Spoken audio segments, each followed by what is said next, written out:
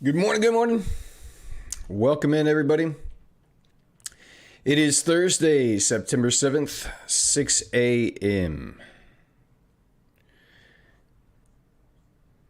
This is the Bespoke Funding Challenge, and I'm trying to figure out why there is a delay. Crazy delay in my headphones right now. Thumbs up if y'all can hear me okay. Make sure there's nothing funky going on.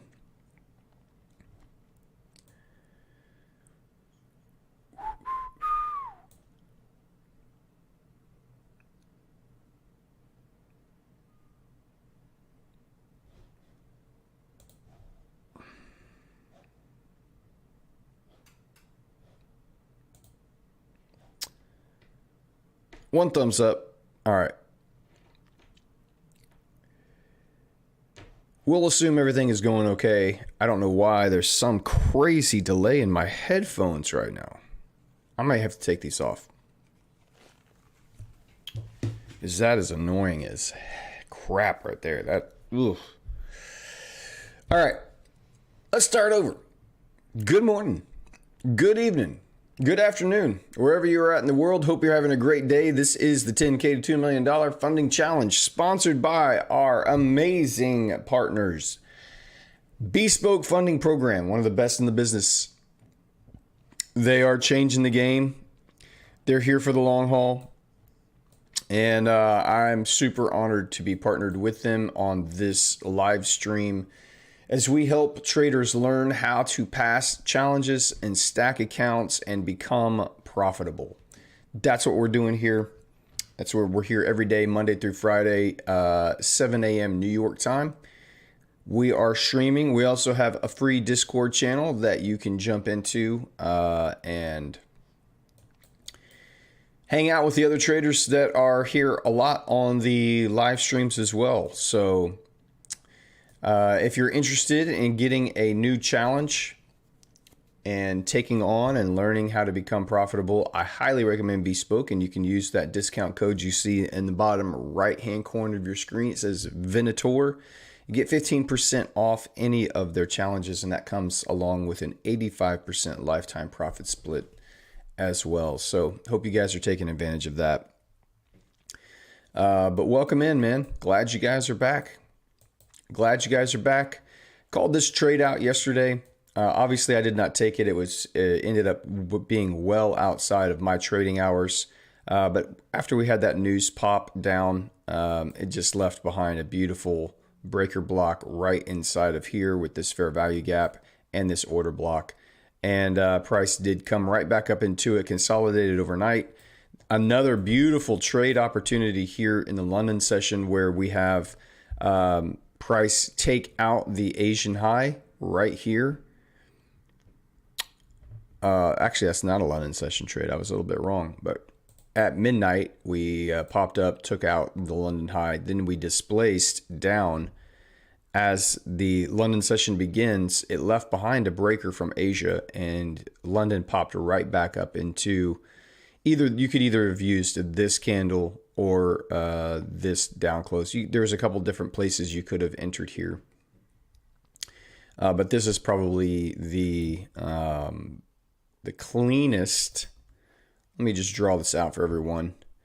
This is the strategy that I use here on the 10K to $2 million funding challenge. It's the breaker block strategy inside with a fair value gap nested inside of it.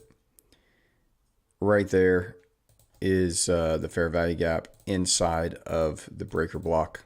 There's your breaker block. The last down close candle before we ran liquidity. It ran one more time and then displaced through.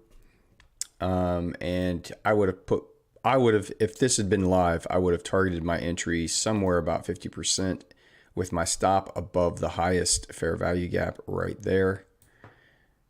And you have your easy 1 to 2 right there or right there, either way. Nice little breaker block that played out overnight on EU. Did anybody catch that trade? I think I saw someone post this trade in the Discord quickly. I scanned Discord very quickly this morning, but I did not look very long to see. But I think someone may have caught this already, but did anyone else catch this? This is a great little setup on EU that could have netted you 2R today already. Other than that, we're just now waiting. We have news at 8:30. The dollar, there's unemployment claim numbers that come out at 8:30 this morning, New York time. So on red folder news days like that, we will just chill and wait for the news to pass, and then we will see if we can identify a setup, an opportunity to get involved in the marketplace. But this was a nice little setup. Anybody take that one? LOL says, I'm in the EU trade, didn't close it yet. Oh, man. Your stop must have been your stop must have been up here then. And that's probably your TP if that's why. Which is fine. That's a perfectly safe stop. I probably would have just put it above the body of the candle. That created the largest or the highest fair value gap. And that would have been your TP. Either way, I know it's hindsight, but you guys have been here long enough to see that's where I would have put my stop there. But did not take that trade. The one I called yesterday would have also been a 1-2 winner had you just let that run. I wouldn't have advised that, but it did play out as well. LOL says my stop loss tied. I just target 1-4. Oh, you're going for 1-4. My goodness. Forget about that low, easy hanging fruit. You want to climb to the top of the tree, brother. That's all right. But good morning, everybody. Mr. Bazooka, hello. Haven't seen you in here. At least I don't recognize that name. But Mr. Bazooka, welcome in. Adrian, good morning. Mr. Alfie, good morning. Chase, what's up? George, Shadow Trades, good evening. Ready Ezekiel, how you doing? Alpha Bridge, I saw that gold and you were in a relationship again. No way. Nah, I'm not in a relationship with the Gilded Gal anymore. But just quick analysis last night, I do still look at it. It's on, I do have it, even though you don't see it, it's up here. And I still look at it with my other strategies, the higher time frame order blocks and OTEs. It's still on my watch list. So I did put that in the stream or in the Discord yesterday afternoon about a good gold setup, and it still is looking good actually. We have a volume. This is a 4-hour time frame. Nice little volume imbalance inside of an order block. Wick to body, 50% of that wick. So this is still looking pretty good. So we'll see how that plays out. But I'm not watching it on the lower time frames at all. At all. I don't like her. I still don't like her. Smash that like, everyone. Thank you, Ben A, and good morning. Welcome in. And I do appreciate it if you do hit that like button. It does help the stream out quite a bit. It pumps the algorithm and gets the stream in front of more people who they think, based on their viewing, would enjoy this content. So the like button does come into play. Everything we do here is for free. I am doing this just to be helpful. This is what I wish I would have had before I became profitable. I spent years and years struggling and being frustrated, paying for mentorships, paying for education, wishing I had a community like this and wishing I had someone that would sit and show me what profitable traders do every single day when they sit down at the market. And that's why I'm doing this. Now, I'm not making any claims to be the best trader in the world, but I am profitable and I am receiving payouts, and I'm showing you now how to stack accounts, how to grow. That's assuming everyone here can only start with a 10K account. You can't just jump in and buy a 100K or a 200K or a 400K account. You can't just jump straight to max funding. So how do you do it? You do it like this. You sit down every single day and you be patient and you hunt for your trophy buck A+ setups, and then you execute when you see them. That is exactly how you do it. That's exactly how you do it. And so that's what we're doing here. Our higher time frame draw and liquidity for the dollar is just above us. Excuse me. This was our first draw on liquidity for the week. This is target number 2 for the week, and then this is the ultimate target. This is the ultimate draw on liquidity that I think DXY is going to run for before we see any kind of dollar weakness again. I think we're heading up here. I think we're going to get up into here probably today with the news. We probably get a pop up, maybe pop down, pop up, but obvious draw, nice sell side liquidity engineered. We left behind relative equal highs here and now on the dollar, and so that is exactly what I want to see happen. And so it's playing out very nicely. We haven't been able to find a setup that matches our specific strategy just yet, and that's fine. They'll come. We've found a couple. We got swerved by a pip on a GU entry that we had called out earlier. So that's a little frustrating too, but that's just the name of the game. That's the name of the trading game, is sometimes you're going to get your price and you're going to get your take profits, and sometimes you're not going to get your entries at all, and sometimes you're going to lose. Those are all things that are going to happen, and you've got to get comfortable with every single one of them. For new traders, it's the frustration that it's the frustration, the repeated frustration of either not getting your entry or hitting your stop losses that sends you into an emotional tilt where you just start making incredibly dumb decisions that blow up accounts. If you can't control your emotions, you're going to wreck your accounts. That's just the facts. That's exactly what's going to happen. Oh, goodness. So we're here to demonstrate that this is exactly how and why you, I'm going to clean this chart up here. That was the GU trade that ended up getting swerved. It did come back up and hit entry and take profit, but after the trading session was over. Here on GU, I would like to see a pop back up into this area here, maybe even back in above these highs before we continue to head lower. The overall draw on liquidity, or our first draw on liquidity on GU, was tapped in yesterday. This was yesterday's low. We've already taken out yesterday's low. I'm still bearish. I'm still bullish dollar, which means I'm bearish on EU and GU, and we're looking for sells. I would not be looking to take any type of counter trend trade here. I would only be looking to get short. GJ is reaching down for its drawn liquidity. We identified this daily fair value gap last week. It did not come down, and we said again this week, this is still where we are anticipating GJ to come down into, reach down into the sell side liquidity here and tap into this fair value gap and this order block, this large order block right here. So before it's going to want to make any further push up into this higher time frame drawn liquidity here. So I'm still anticipating that, get some kind of manipulation here before we get any return higher. And so if we could find an opportunity to get short here, we might have one. So we had this push down. We've had this short push up back into a fair value gap, back above this liquidity and this order block, and we have displaced back through it. So you have a potential, I'm saying potential, you have a potential breaker here on GJ.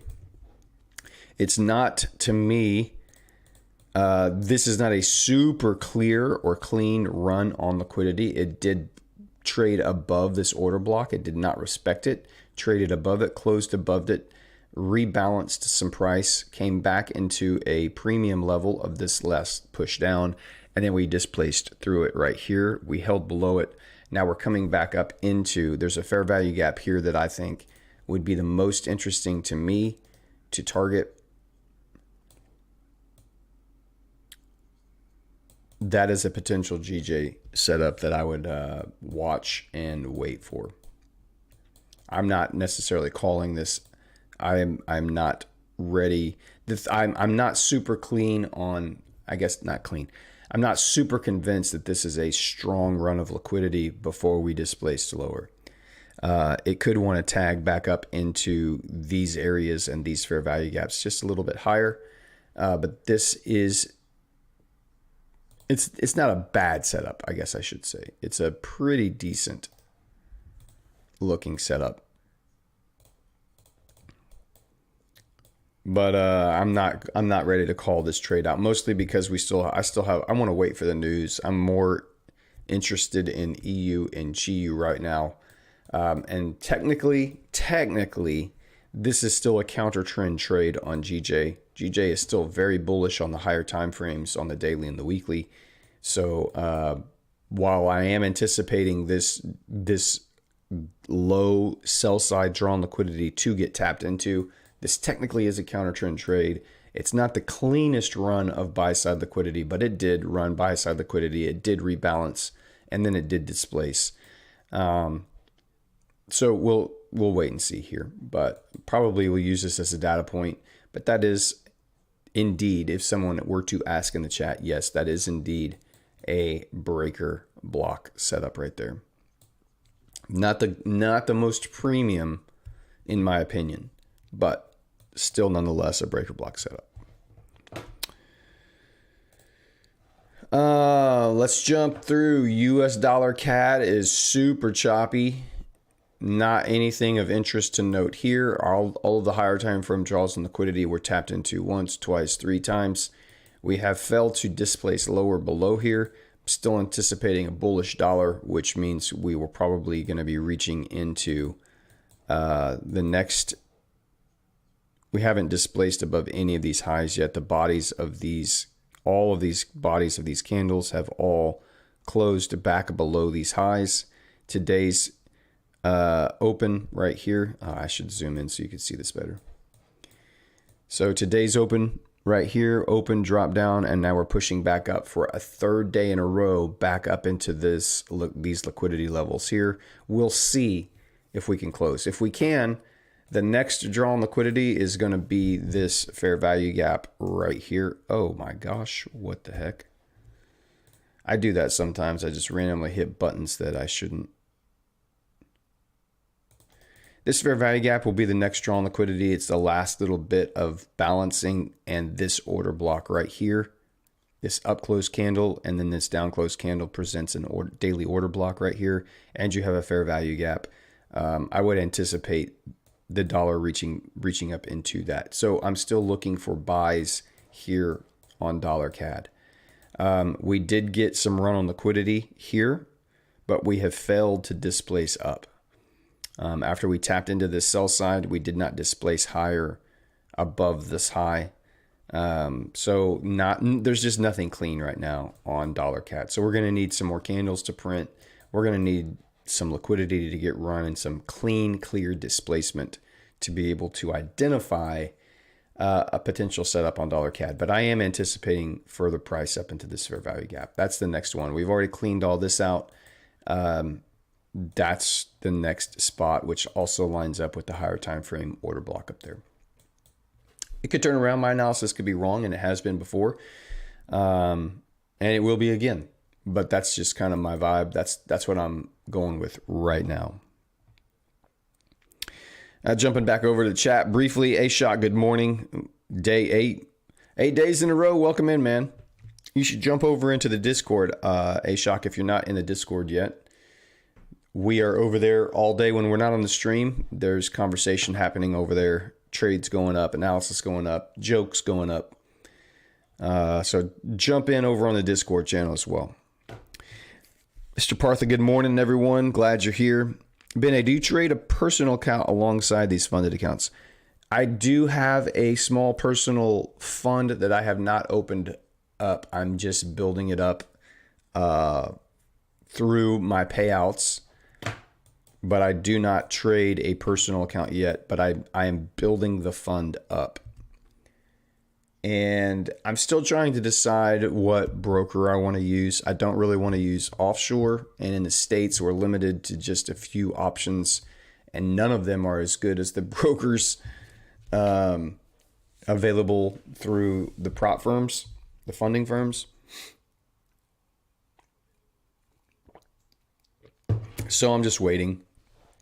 I'm making very, very, I'm doing fine with the funding firm money right now. And so the personal account, I have it available to use should I need to deposit and start using it. I will, but I'm not currently. Shanghai 20 can't watch today. I have to pick up my daughter from school and other dad related stuff. Shanghai, you got to do the dad stuff, man. That's definitely more important than anything that's going on right here. So you go do the dad stuff, and we'll be here. You can watch the stream later, watch it back if you need to. What's up, trading night?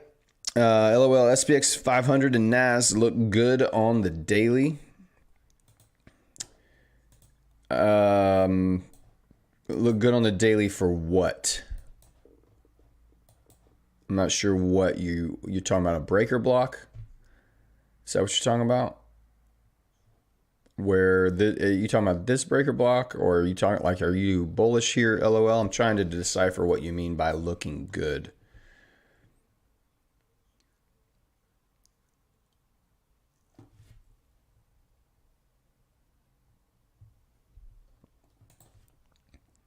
I am on Discord, but not active there. Oh, well, man, you should start being active because here's why you should be active on Discord. I'm going to be giving a $25,000 challenge away this month to someone who is active on Discord. So the more you participate in the conversation, the more you share your trading ideas, the more you ask questions, the more you are just an active member in the community. I will be handpicking and choosing someone that's been active in Discord this month to win a $25,000 challenge with Bespoke. So it doesn't take much other than just being active in there and participating, contributing to the conversation. Those are the people that I want to help, are the ones that are in there and really trying to build and grow the community over there too, off of the stream. So please get involved over there. We will be giving a $10,000 account giveaway. We will be doing that again tomorrow morning on the live stream. We'll be doing another 10K account giveaway. And you will need to be on the stream live to win. We will continue to do what we've been doing, and just we'll post a tweet, and you'll have to retweet it, and then we'll pick someone from that. So I'm not sure what time it is. I'll post a time here in a little bit. I don't know. Probably be. What news do we have tomorrow? Let me look at that. Friday we've got no dollar news tomorrow. So no red folder news, I should say.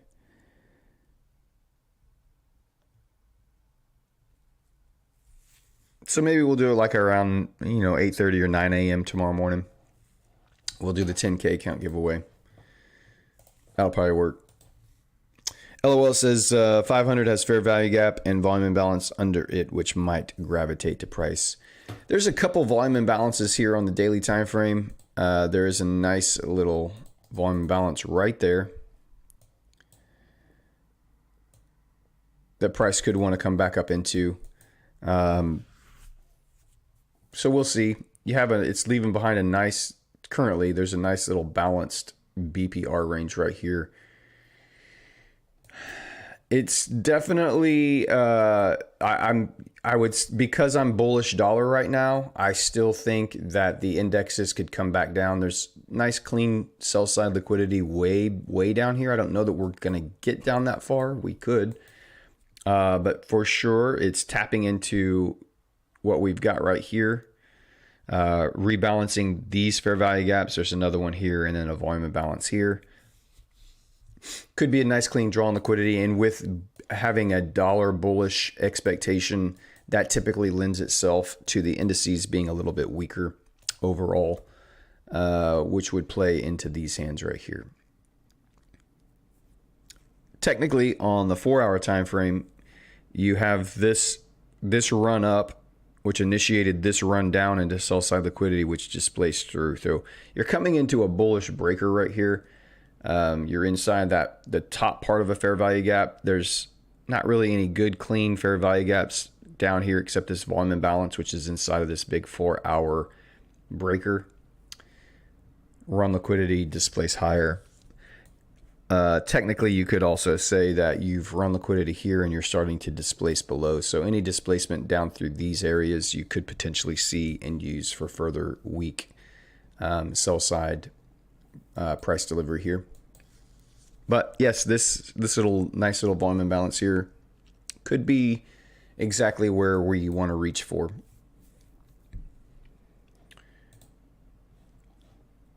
Check out the US 30 spot here. Similar situation. US 30 you can see is already tapped into yesterday its volume imbalance here. We're trading inside currently this inverted fair value gap. This fair value gap here was traded through and violated. When it came back up to it, we were anticipating it to become an inverted fair value gap, which would hold price down. There were also some bearish fair value gaps here and here that were adding confluence that this would hold and act as resistance, which it did. And now we're coming down. We violated this fair value gap. We traded through it. We violated this fair value gap. We've traded through it. Left behind a couple ones up here. We have a volume imbalance on US 30. This balanced price range fair value gaps, these two overlapping fair value gaps here are where I would anticipate, again, we might have some struggle getting through.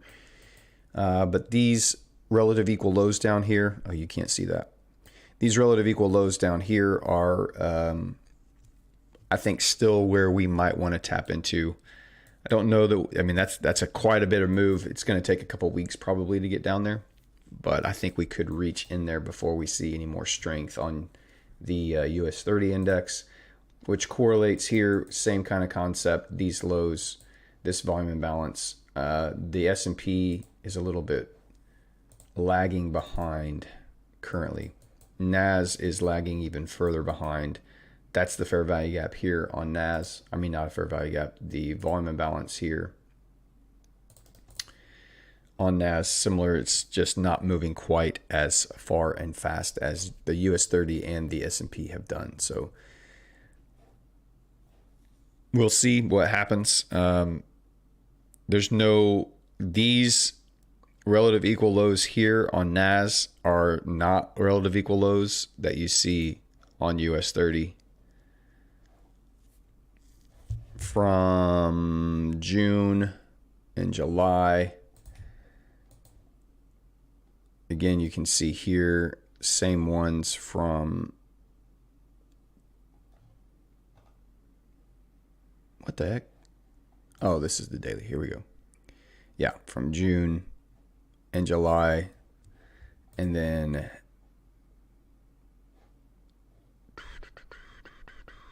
they've already been tapped here on that. So some SMT. SMT is smart money tool, smart money technique. It's just where correlated pairs are not following together, where one takes buy side or sell side liquidity and the other does not, is often a signal for a reversal. So either way, I'm still going to be watching and looking for some potential sells on US 30, which you might actually be getting. You've had this nice little run of liquidity here, a pop up, run liquidity. You're going to want to see some displacement back through at least this candle, maybe this candle. But that's really kind of nice looking setup forming on US 30 currently, where you've had this run up. We've tapped into buy side liquidity. Now we're getting displacement away. So anytime you see a quick stab into liquidity and then displacement away, you immediately identify where did this run of liquidity begin. You could say here is your first option as a potential breaker. Option 2 is if it gets displacement all the way down from where that leg started right here. So one of these you might be able to use as a breaker. This, you could say, despite that small little pause right there, this run of liquidity started all the way down here. So when you see a displacement through either one of these, you can start to look for fair value gaps and then potential sell-offs from there.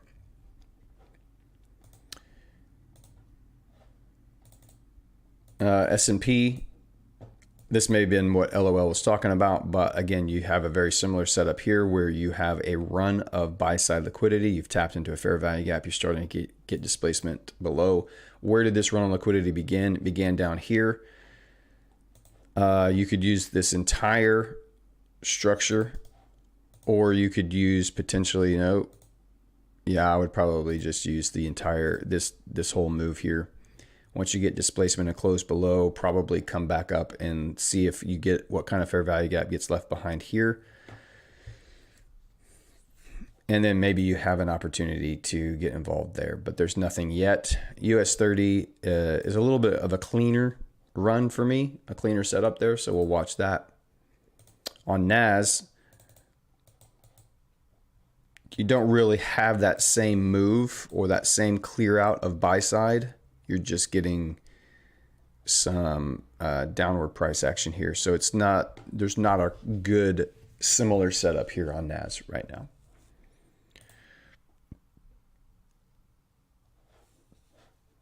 The GJ trade, it never came back up into that area. It did tap right back into the breaker and it's starting to show some weakness. It did get into a couple of the fair value gaps. I would have preferred to see it get into the higher fair value gap before I would have wanted to take this trade. But again, this one just didn't look as super clean. You can see what I'm talking about here. Look how clean this run of buy side liquidity is, right? Like it's obvious. We've tapped into all of these swing highs here and all of the orders that are resting above this area.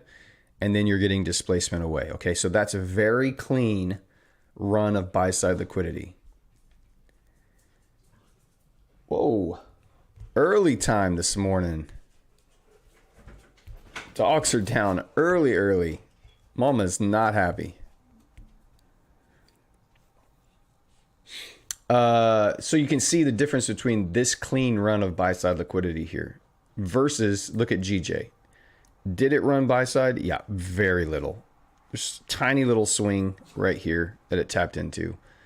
So on a very technical level, it did run buy side liquidity and it did start to displace, but you can see the difference between running. If it had run all of this buy side up here and then done that, way cleaner, right? This is very small, not as convincing. Could still work out. It didn't come all the way back up high enough to get into an entry there anyway, but you can see why I'm talking. This is not a premium looking setup to me versus that is way cleaner if we continue to get displacement through there. So we've got news coming up in about an hour. So until then, we basically are going to be sitting on our hands, not doing a whole lot. Waiting for that unemployment claims number to come out and see what kind of volatility that produces for us inside our trading session here. Jump back over here to the chat, see what's going on. Mr. Alfie, while we do nothing waiting for the news, do you have an update on the strategy you're developing? Nothing yet. I haven't spent much more time with it. I've spent a little bit more time with it, trying to clean it up and refine some rules. So far, after that, the last attempt, I haven't been able to. It actually made it worse. So we're going back to the drawing board as far as the best outcome. Go back to that, and then refine a couple more times from there. So still nothing super clean on that yet. Was it Kirby? Well, it was Kirby, wasn't it? It was Kirby, wasn't it? He made you get up an hour early today. No. Yes, he did. No, he didn't. Yes, he did. And you know what? It's fine. It's not fine. You just didn't get this. You just had to get up an hour early because of Kirby. I'm going back to bed. You're going back to bed. All right. I'm not asleep. Because of Kirby. My God. Man, Kirby ruining people's sleep, making her wake up early. He's coming down here just to mess with our trades somehow. I know he is. He's like, I know that guy's down there trading. I need to get up there and go cause some chaos.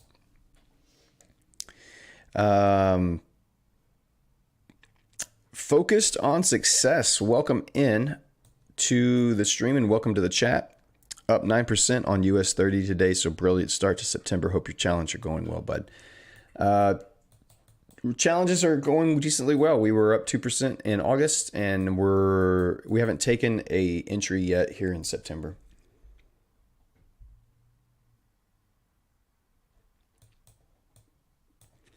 But welcome in, and great job on the US 30. That's a fantastic start. 9% today in one day. 9%. It's pretty impressive.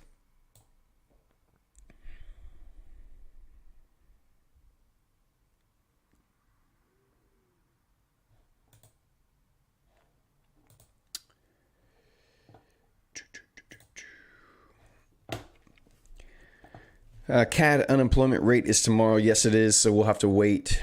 That'll definitely produce some volatility and some movement in the marketplace. I'm going to take off that euro dollar trade. If anybody caught that at the London session, good job. If not, now we're just waiting for more information here in the New York session. Beeswax, what's up, buddy? LOL, price already gave me 1 to 2. Should I close before news? What do you think about the news, Brad? Yes, I would close before the news. And of course, you know me, I'm going to take 1 to 2 and be happy with that every single day. You will close that trade out at 1 to 2 and you're going to be like, hell yeah, I just took profits. Look at that, baby. So I would definitely close it out before the news hits for sure, 100%. Because it could just leave this liquidity in place. This is yesterday's low in place right now. News could pop up, grab some more buy-side liquidity up here, and then we get displacement back down through these lows. On the daily time frame on euro dollar, again, this is the correlated low right here. This low over here, dollar has already reached this level. The dollar has already reached this level on DXY. Euro dollar is lagging behind. And so for them to catch up, euro dollar needs to become a little bit more aggressive here and start taking out some of these swing levels here, and ultimately that swing level for it to start to catch up and correlate with the DXY. So I would anticipate there's a fair value gap up here, a daily fair value gap up here right now. This one right here, that maybe today or maybe next week we tap back up into that. We'll see how this candle every up close candle has been followed by a big down close. Up close candle is today going to be another big down close candle day. Potentially, yes. Maybe the news gets you back up above the open price, which would be the true midnight open is up here. Maybe you could get back up there. Anything above this right here, this fair value gap or up into midnight, I would be looking to sell. So we'll just watch and wait. Maybe the news pops you up. Maybe the news just drops you down and we start running aggressively lower down towards this drawn liquidity.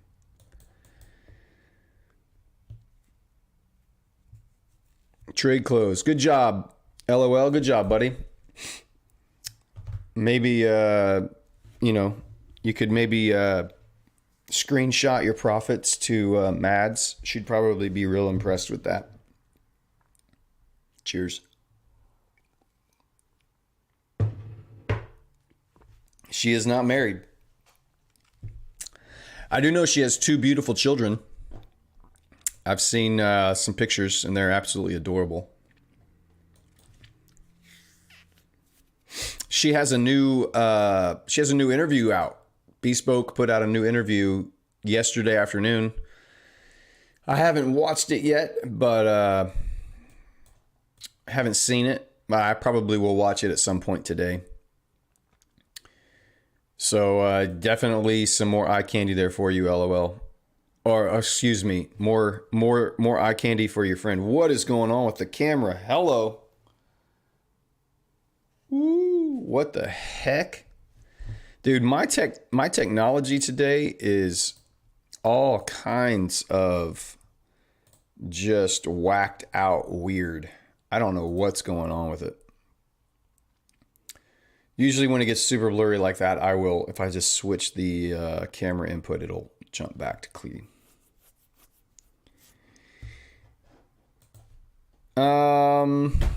What else to talk about? I don't really know. What else y'all want to look at? Are there other pairs you want to look at? Is there some kind of cool cultural commentary we can do? Any trading news that we can talk about? Prop firm funding news? There's not been any big update that I've seen anywhere about the my Forex fund situation, so there's really not much more to add to that right now. Some kind of, I think September 11th was the first opportunity they had to go back into court to try to, I guess, figure out a way to defend themselves. I don't see how they do. It looks like, based on the information that's come out so far from all of the complaints and the actual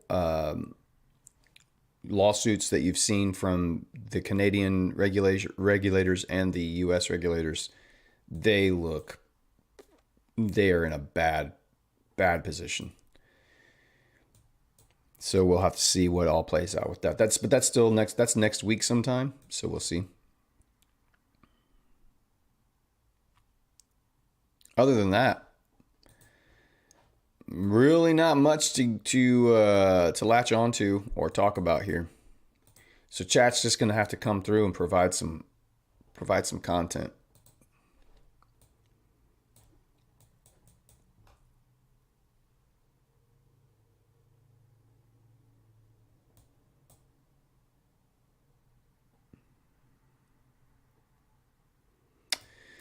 Dollar has displaced back up above this high. So we ran, this is an interesting setup here on dollar CAD. So you've had this last two up close candles, initiated this run on liquidity. We chop, couldn't displace. Finally, we have displaced through here on the last few 15-minute candles, leaving behind, well, we will need this candle to close to determine where the fair value gap is going to be. But there will probably be one here, and there's one even a little bit lower here on dollar CAD. With that in mind, you have news in 30 minutes, so you can't take any positions until after the news hits, sadly. But you could either do something like this,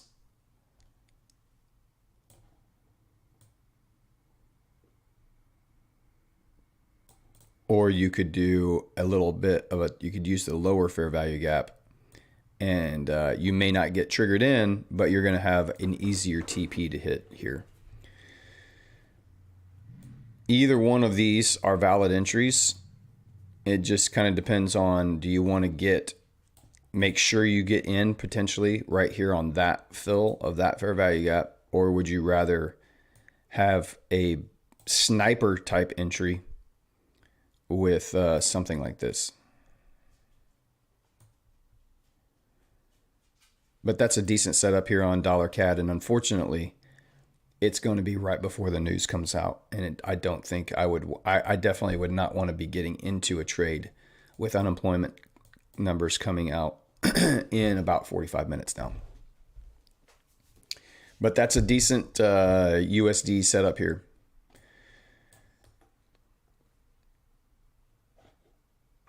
Alpha Bridge, all I see is that after the My Forex Fund drama, every prop firm and every CEO talks like they are the smartest person in the world.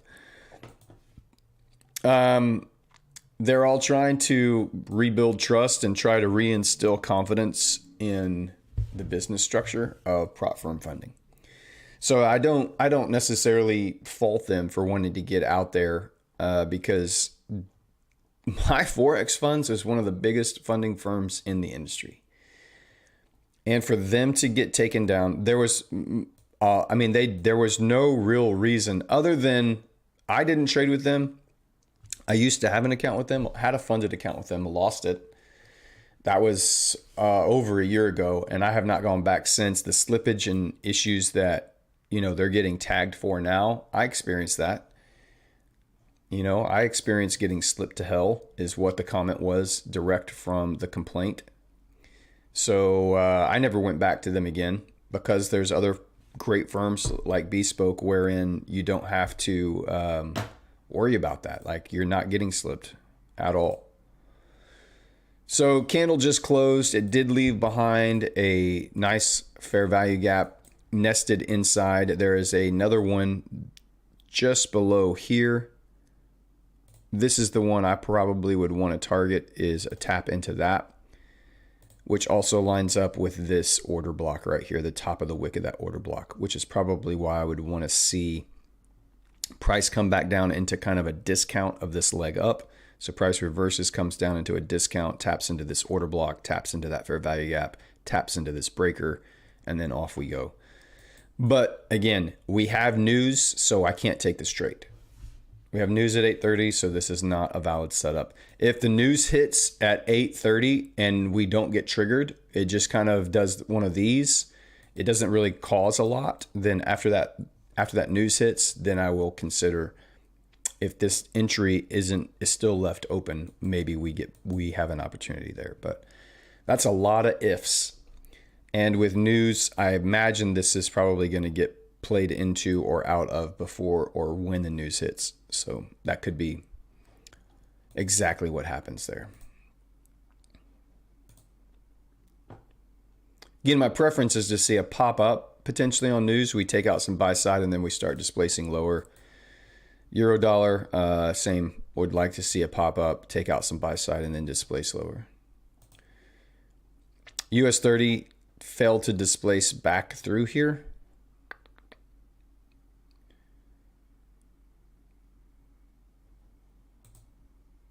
Same with S&P, and NAS, of course, nothing.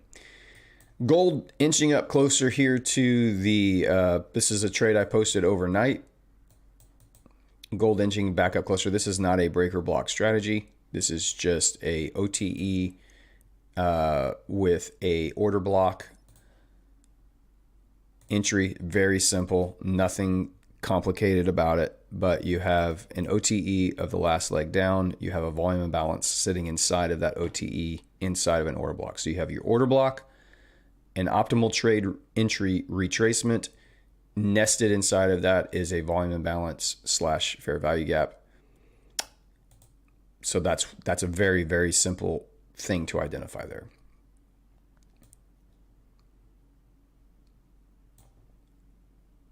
And I would anticipate it come down and it takes out this swing low, probably even this swing low here. But I just go for 1 to 2.1. That's all I need. So inching back up there.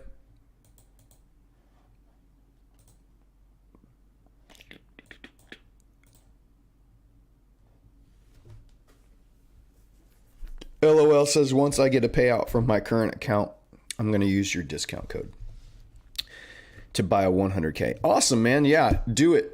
Absolutely. When do you get a payout? Are you due for one soon? And also, you don't have to use my discount code. They have a better discount running. Just use the link in my bio.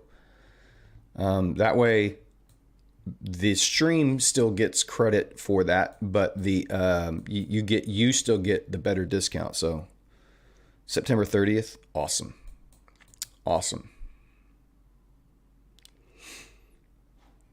Cool to hear that, man.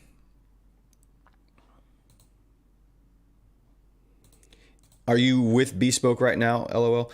Corey, what do you think about the My Funded Futures rules? I need to go look at them. If they haven't changed them since they first came out, I would probably not want to participate right now, Corey. But we'll pull them up in a second and look. I need to go. I hear a dog scratching, and my wife went back to bed. So give me a second, guys. Let me go take care of this real quick, and then see what's going on. I don't know which dog it is, but give me just 2 minutes. I'll be right back.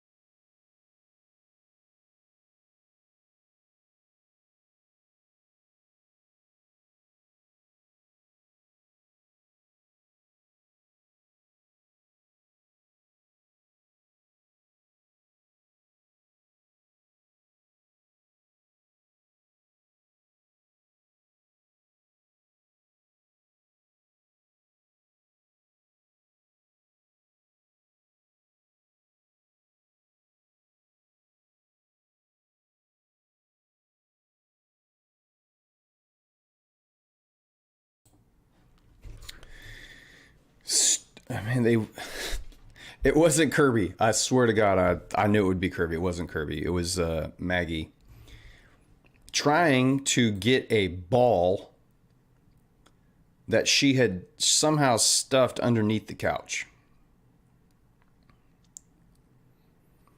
I swear, man, dogs are like children sometimes. I don't know what is going on with the camera today, but it looks like it just can't stay in focus. Am I the only one seeing that? But it just does not look clear. Maybe it's my old eyes.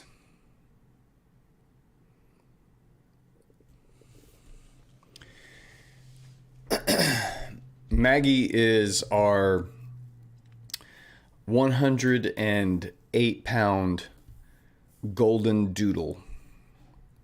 We didn't think she was going to get that big. We thought that she would be about 60 pounds, 70 pounds maybe, which is a typical size for a golden doodle, a golden retriever, and a standard poodle mix. And she just kept growing and growing and growing. She's 7 years old now. But she is completely OCD about her ball. She wants to play fetch literally 24 hours a day. And she's huge. But she acts like if Kirby had Maggie's size, we would all be dead. Maggie is the exact opposite of Kirby. Maggie is sweet and gentle and kind and loving and submissive and obedient. And I mean, she's the perfect dog. Besides the OCD with fetch, she's the exact opposite of Kirby. She's scared of Kirby. And Kirby is literally like 10 pounds. I mean, you've seen him. I've held him up here. He's tiny. Maggie is 110 pounds. And she is petrified of that dog. Gets blurry when you lean back. I'll try not to lean back. I'll try to stay right where I'm at. Maybe I just need a better camera. Maybe I'll use, maybe I'll see if Max will buy me a new camera for the stream. She's 108 years old. Can you imagine?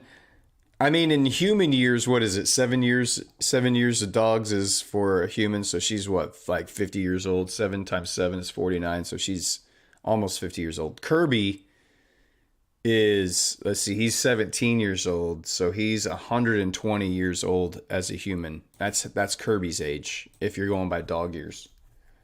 120. It's time for him to go. He's well past the average lifespan. Doodles, so cool. I'm still a lab fan. Labs, just in my experience have always been super hyper and just not a great fit for our family. I do love labs. So one of the first jobs I had while I was still in college and my wife and I had just gotten married, I worked for a canine training company that, as part of their job, they had drug dogs. So they would train these dogs to sniff out drugs and other contraband like alcohol, bombs, gunpowder, that kind of stuff. And I worked for this company as a dog handler, this company, and we would take the dogs into local school districts, and we would just be present on the campus. We would, take the dogs up and down the lockers. We would check the parking lot, that kind of stuff. And then, we would obviously, if the dogs found something, we would turn it over to the authorities after that. But we used labs and golden retrievers pretty much because, number one, they're very cute looking dogs and you could take them into schools and everybody would want to pet them. And they were super kind. They were super gentle. The most obedient dogs you've ever seen in your entire lives. But the labs, man, God, we had to exercise and run them so much when we weren't training or in the field.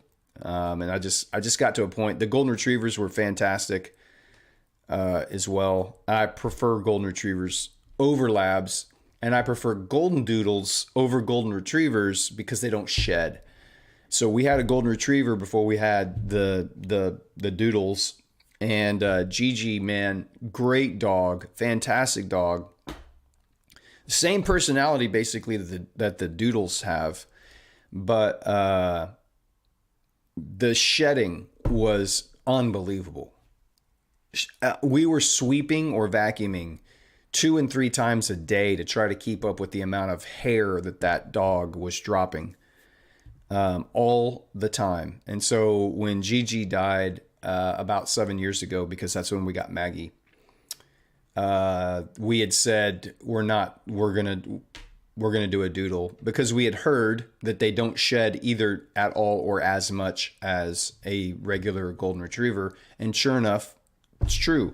There's hardly any. We have 2 doodles plus Kirby, and none of them really shed at all. There is some. I mean, every dog is going to drop a little bit of hair, I think, but there's no hair just randomly around like there is all the time with the golden retrievers. So huge benefit for the doodles. You get the same personality that you get with the golden retrievers, but without all the shedding that goes along with it. So coming into the hourly close here on this candle, and you can see it's setting up pretty nicely to drop back down into this order block here on $CAD. We'll see how this plays out, but this could be a nice setup here. Getting the hour open. Again, can't take anything, can't do anything with this trade until the news passes. Do not push a button.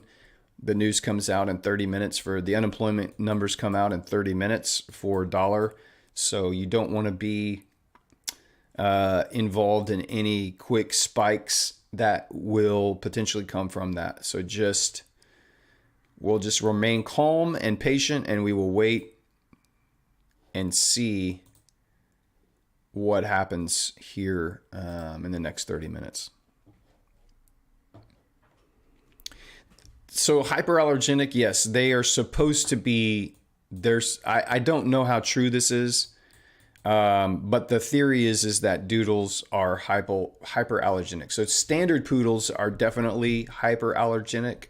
So when you mix a golden retriever in with a poodle, it should be somewhat hyperallergenic, but it's not going to be as much as just a regular standard poodle is. So I've never had our dogs tested.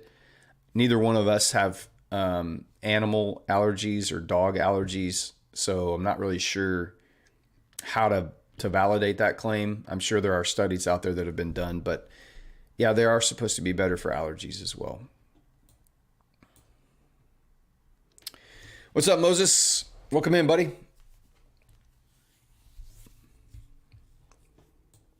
Waiting for the news to drop, and then we'll see what we see.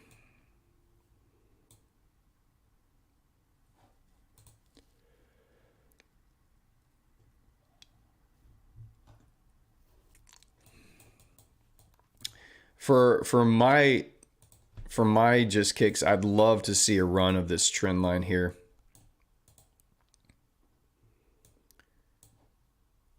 I would love to see news push down and run liquidity through here and then get displacement up and find a breaker somewhere in here that we can use to run up into this volume imbalance here. That would be pretty sweet if we could run that. Even these lows would be fine. I would be fine if we get a quick, huge spike down and then get displacement up.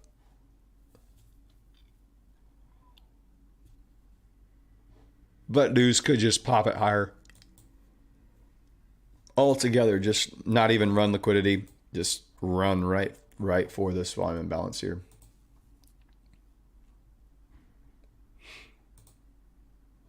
Same kind of vibe for EU. Run some of this leg down from overnight. Get back above this right here, this liquidity here. Maybe reach back up into that overnight breaker block one more time, into the opening gap.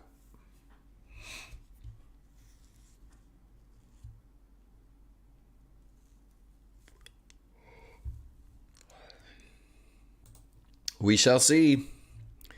Time will tell. I'm going to leave this here on $CAD just to kind of watch and see how this setup plays out, because my preference is that when the news hits,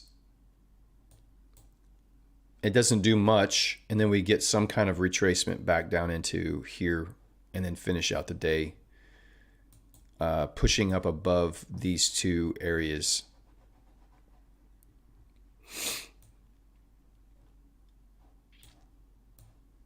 This daily fair value gap again is our next higher time frame draw on liquidity for $CAD.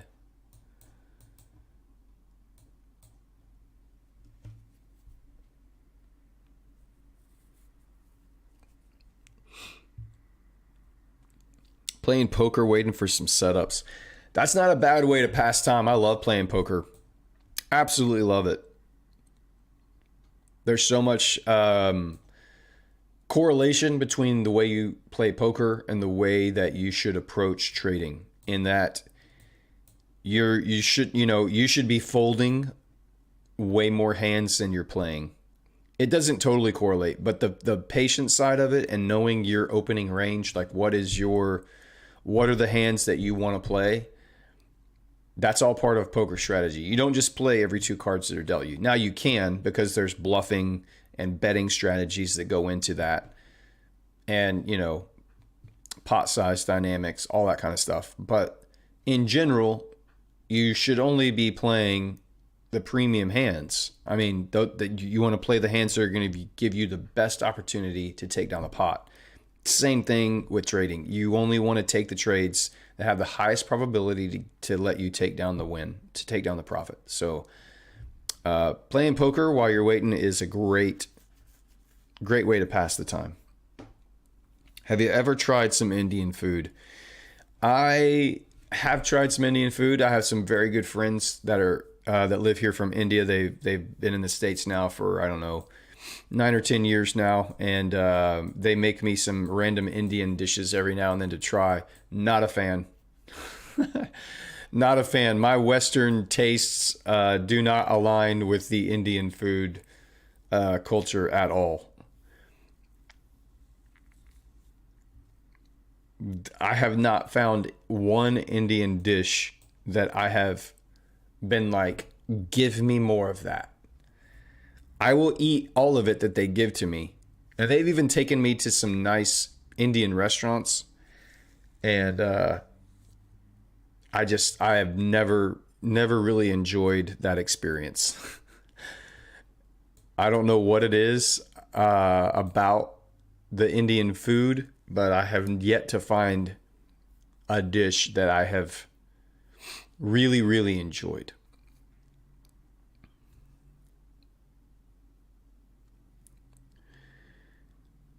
Mr. Alfie, I love Indian food, though in the UK I think it's been altered to suit our Western taste. I need to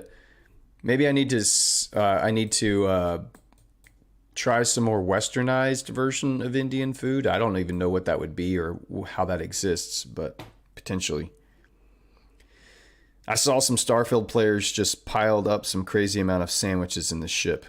What?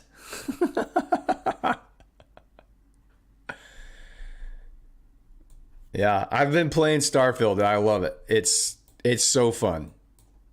It's so fun. It's a huge map. It's a huge game. There's so many side missions. There's so many factions and quests to go on and play through. You can build out your ship pretty much any way you want. so many different characters that you can partner with and, to come with you and to journey through the game with. You can build outposts. You can just turn off the missions and just fly around and do whatever you want. It's so cool. I love it.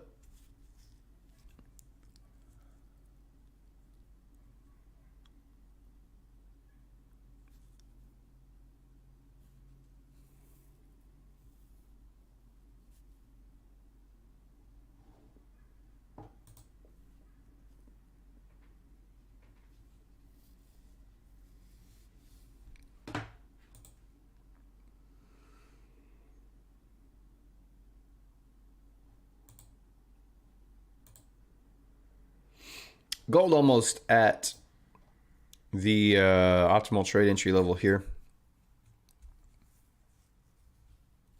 Tapping into the bottom of that wick and just now on this order block.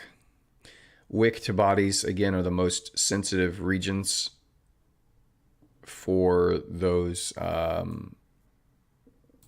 order blocks there. So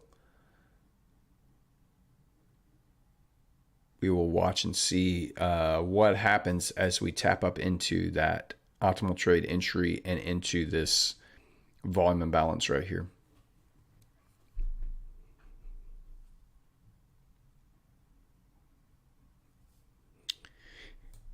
For any trade to work, when you're trading with smart money concepts, when you're trading with ICT concepts, if price is going to remain heading in the direction of your bias, in this case, in a downtrend, if price is going to continue doing that, it should respect the price delivery arrays that are in line with your bias. So any order blocks, any bearish order blocks should be respected. So in this case, for price to continue lower, we would anticipate that this bearish order block is respected. We had a up close candle and then a down close candle right after it, leaving behind a volume imbalance inside of this order block right here. So this is exactly, these are the trades that you take. These are the trades that are the ones that align perfectly with trading with the trend and trading with price action. Market structure, all of those things combined. Multiple confluences for this setup here on gold.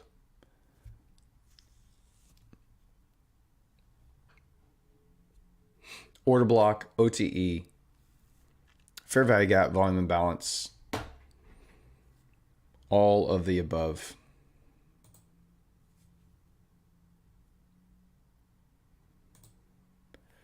Dollar CAD pulling back down, has now reached into that first fair value gap. Again, you can't take this trade. Well, I can't take this trade because it's news. But you can see the dollar pulling back now a little bit. As I had said earlier, seeing the dollar run into this trend line would be ideal. And then we see some displacement higher. Would love to see GU grab some buy-side liquidity and then displace lower. Would love to see EU grab some buy-side liquidity and displace lower. So see how this all plays out here.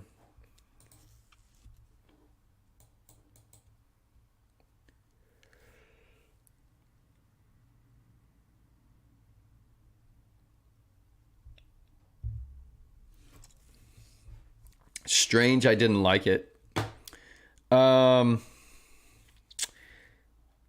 Yeah, I have friends that absolutely love it. Even Western, like US born friends that absolutely love the Indian food.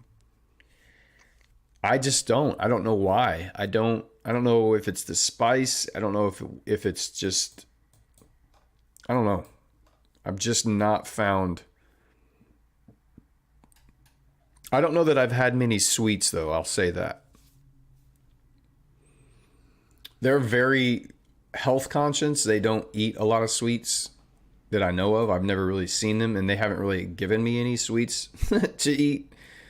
So maybe that's why. But I'm not a huge fan. I'm willing to try it. I'm willing to keep, and I keep eating it. Like, I'm not like against it. It's not like I'm like, oh, I can't eat Indian food. I'll eat it. It's just I'm not ever going to just choose it. I'm not ever going to be like, you know what I need right now? I've got to get some Indian food. That is definitely not how I view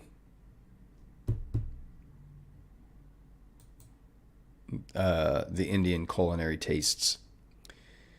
Western food is loved here with some alteration according to preference.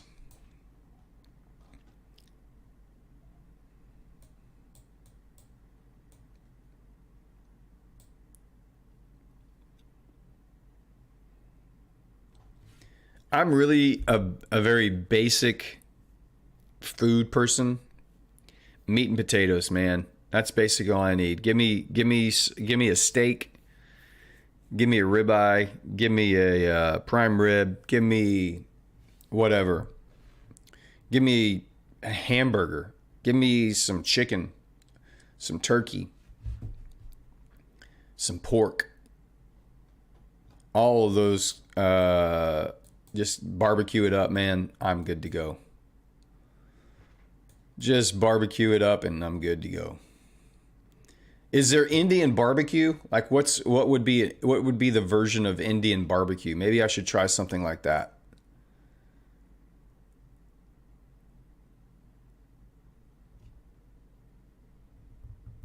Check on Discord. I'll have to go look. Let me go pull it up.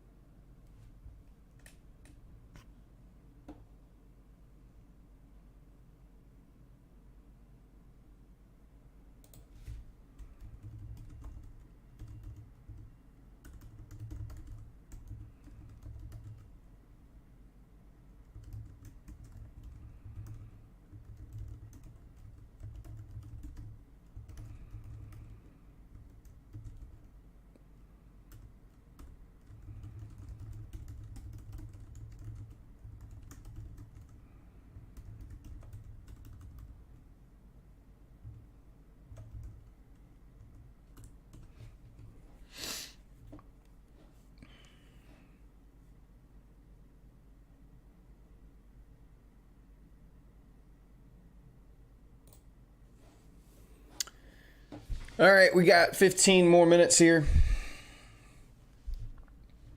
Google our traditional food, Ethiopian Doro wet. Paneer tikka is similar to barbecue. All right, now I've got to go. I'm gonna have to go look at this. Oh, I was gonna go look at. Sorry, I had a message. Oh my gosh.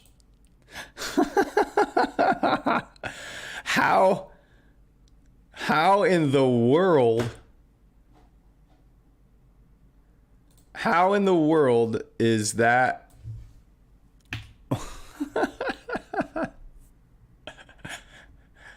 That's so awesome. Number one, where did they get all of these potatoes? And now they're just trying to fill up their whole spaceship with potatoes.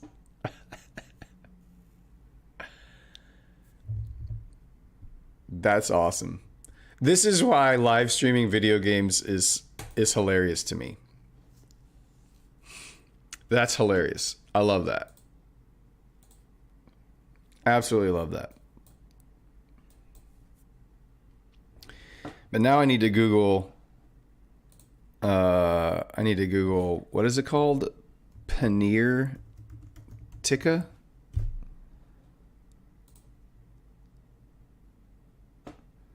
It is a Indian appetizer made with cubes of paneer and veggies marinated with yogurt and spices.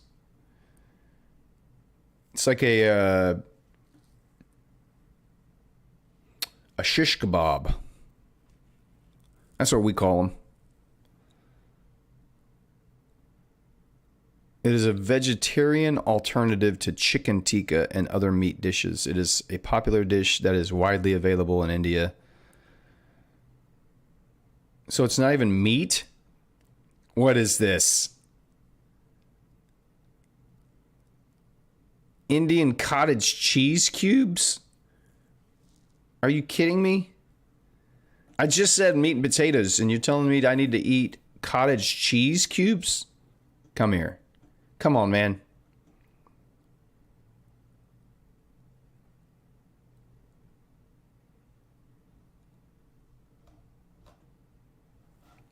Nah, I'm not. I can't do that.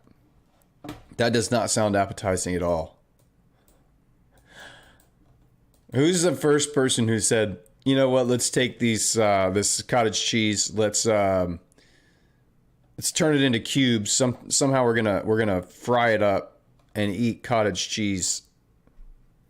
Now, and anything fried, I'm gonna try at least once, but I'm gonna pass. I think on the paneer tikka. No, thank you.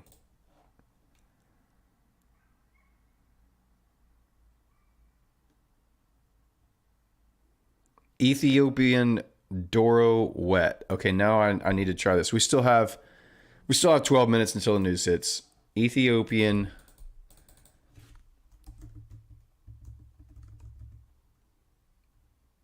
Doro. Oh, it's wat, not wet. Doro wat.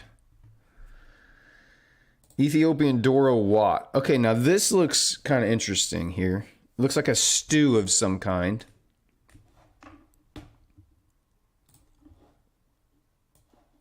Here we go.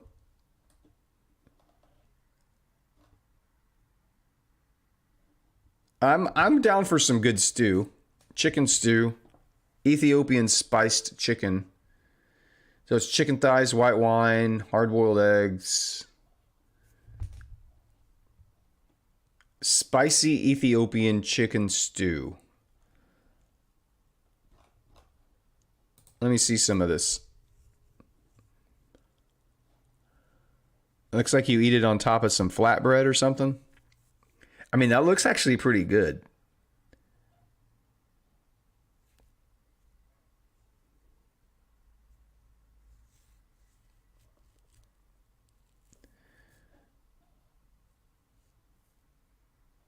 Very interesting. Very saucy. It's got a lot of sauce in there. Are these like hard-boiled eggs, or are these just eggs thrown into the stew? What is that? Looks like it. I mean, I don't know, man. I look at pictures like this and I'm like, what is all of this stuff? Why is this all just like chunky, pureed? Like, where's the meat on this plate? This is the part of the there's a lot of Indian food that looks like this too, and I'm just like, why is it all pureed? Where's the meat? I just want meat, and then one side of this next to a big huge slab of meat. I just want a big piece of meat right here, and then one little side of potatoes or green beans or veggies or something right here. But this whole side of the plate should just be a big old chunk of meat. That's my preference. But this stew looks pretty good. It looks like when it would be cold out, like this would be a great stew dish to make. Ethiopian Doro wat. I guess I don't even know if I'm saying that right, but close that out. Open this back up. The CAD trade here, that lower fair value gap just got tagged into before the news, of course. And it's running in profits. Again, I couldn't take that trade, but what a beautiful breaker setup here. It's unfortunate that it transpired right before a red folder news event. But what a beautiful setup right there. Near sniper entry. Order block, fair value gap, breaker block. That's frustrating. I was really hoping this would stay up here and the news would not tap in, and then we could tap in after the news, but Ugh.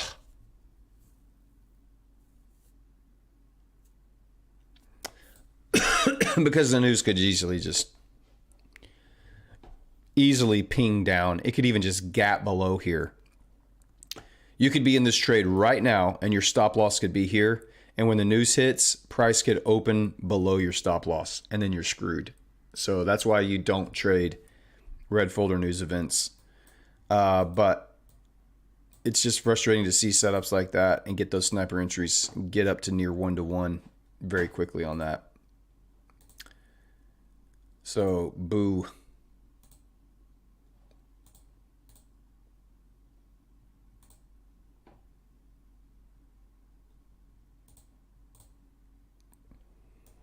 Gold trying to swerve my OTE entry there. Of course she would. Of course she would. That's how she treats me.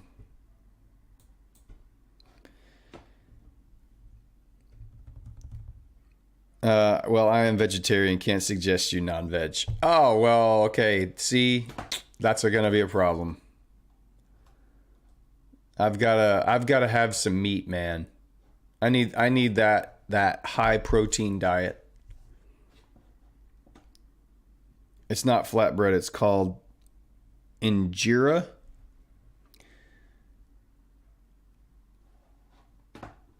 I call it flatbread. It looks like flatbread to me. It looks like a tortilla of some kind. I see them eat with hands most times, no spoon. Really? You eat that? You eat that stew with your hands? You don't use any kind of like fork or spoon or something? No utensils to eat that stew? Is that true? Brad talking like a true Texan. I bet you like your steak. Still mooing. I definitely am a medium rare guy on my steaks. I don't want it to be overcooked at all. Medium is probably about as high as I go, but I would prefer a little pink in there for sure on the steaks. I don't want rare by any means. I just want it. I want as much juice in there as I can get. Hands are nature's spoons. You are 100% correct on that, my friend. You are not wrong. That is why God gave us all hands, to pick things up and put them in our mouths. Not the most cleanly of ways to eat, but yes, that is how we all started. We ate with our hands. By the way, I just saw on the news that India will be Bharat in the future. That's a new name for India. What? What? I don't understand what you just said. India is changing its name?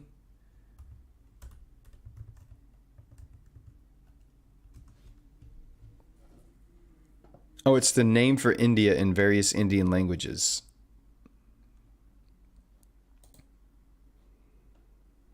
This name originates from the Mahabharata, one of India's two great epics. King Bharat, a legendary monarch, is said to have been the forebearer of all Indians, thus the name Bharat symbolizes a nation of King Bharat's descendants. Is India named Bharat? Now, the British changed Bharat's name to India. Under Article 1, the Constitution states, India, that is Bharat. Our country has been known by the name Bharat for thousands of years. It is this country's ancient name and it is found in ancient Sanskrit texts. That's fascinating. I had no idea. And that's just my Western idiot culture who never really took time to investigate the ancient pastime of India. But that's cool. Very cool. If I am ever going to be in India, I'm going with my spoon.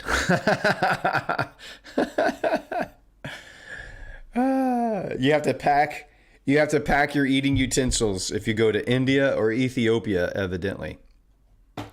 If you don't want to eat with your hands, bring a spoon. I don't know, man. I feel like if you're going to be there, you got to eat the way they eat and you got to eat what they eat. So just bring some hand sanitizer and some soap. Clean your hands and then go eat. John says, John, where have you been? I know that you're going to have some takes on this. It's not a good meal until I get the meat sweats. 100%, brother. The meat sweats is a real thing. You eat so much meat and protein that your body's like, all right, we're kicking into high gear. Turn on the metabolic factory. Let's go. Ashok says, Shadow Trades, we got spoons here. Just majority of our meal is eaten by hand. Good to know you have some spoons.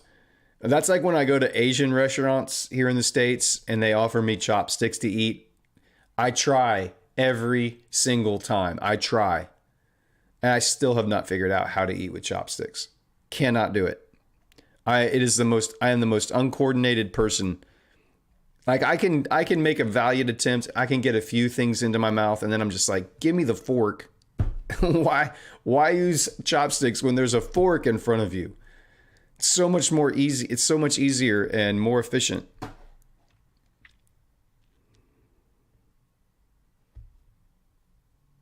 With my experience of Indian food, it's toilet. Same, Mr. Alfie. It jacks up my stomach. My body is, every time I eat Indian food, my body is like, what in the hell did you just put inside of us? Let's get it out of here as fast as we can. Same. All right, here we go. Finally to the news. Maybe we'll get some actual price action to talk about here.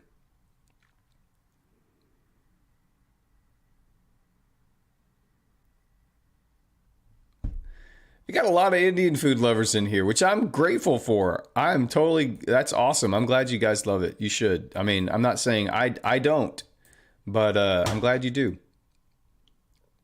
You know, different strokes for different folks when it comes to what they like to eat. All right, news. Will we get a setup today? We'll see. Got about 5 more seconds here.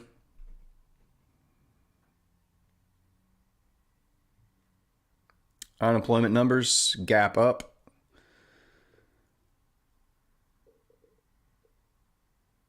Trying to push higher here. Let's see. I don't even know what the numbers came out to be. I need to pull up my news here. Unemployment claims. The previous was 228. They were expecting 232. And it came in at 216. So they came in lower than expected. The unemployment claims, they were expecting 232 and they came in at 216, which means the job market is still strong. There's not very many people out of work, which means the economy is still pumping along, which should be good news for the dollar to remain bullish. But we'll see. Gapped up here. It's unfortunate that trade got triggered in right before the news hit. This could have easily gapped the other way, y'all. So don't, dollar pumping here, reaching for that volume imbalance as expected. GU dropping and EU dropping and not giving us any good entries here to get involved in, sadly. US 30 might be a play. What did gold do? Gold, look at how gold swerved me. Look at how gold swerved me. Are you kidding me right now?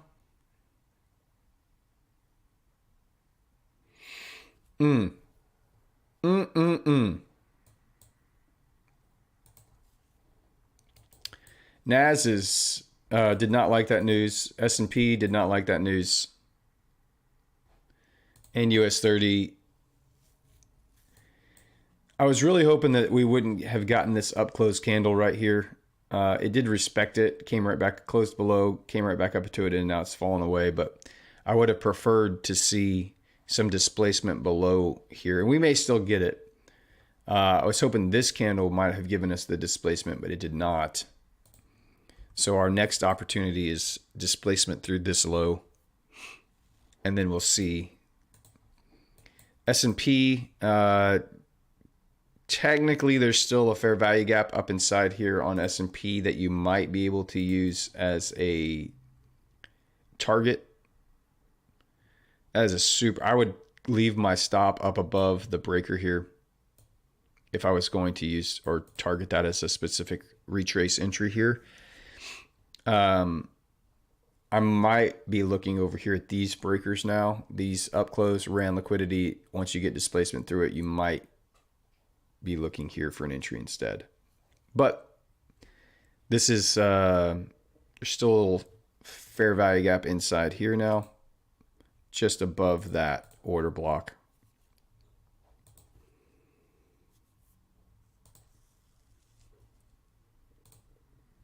But the dollar CAD trade is a beauty. Look at that. I mean, perfect breaker setup. And this doesn't make me mad that I didn't take this, because I would have broken my rules. To take this trade, I would have had to break my rules of entering a trade right before red folder news hits. And yeah, it could have worked out. And yeah, I could have gotten a 4% profit off of that, but I could have easily just have gotten gap down off of that red folder news. There's no way to know what that red folder news is going to do. No way to know. So I'm happy that I stayed out of this. And I'm also happy that my analysis and the strategy this is just more confirmation that these strategies work. They are very consistent. They are high probability, even when you take into account news events. Even though this could have gotten stopped out on a news, even with news events, it just continues to show why this specific strategy, these fair value gaps inside breaker blocks, are just incredibly consistent. So what a nice little setup and way that played out right there. GJ is pulling back up closer into this breaker. So you've got a couple small fair value gaps here. Again, this is the one that I would be interested to see how it holds. It left behind these lows down here and this daily fair value gap still. So typically when it runs into an area where there's sell side liquidity and doesn't take it, it's going to pull back above a high, so this high or this high, to grab some more liquidity before it runs lower. So we'll see. I'm still not ready to take this. This is not the cleanest. Again, this is not the most cleanest premium breaker setup that I've ever seen. I'll probably just let this be a data point. But it could work out. This is the one I was really hoping wouldn't have done that on news, but is what it is. Beautiful little setup there, working out nicely. GU tapping into sell side. EU again is just falling off a cliff here. Not giving any real, there's no setup here. The only setup here would be if we get displacement back above these highs, and then we're talking about a counter trend trade, which I have no interest in taking.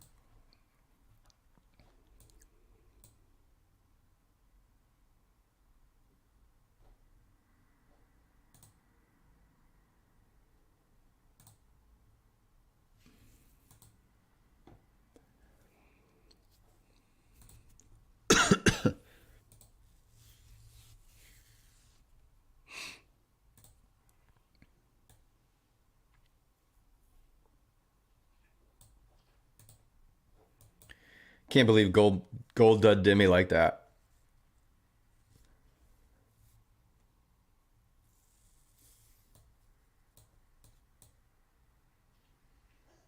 We should add Brad got swerved to my trader names. Brad handouts.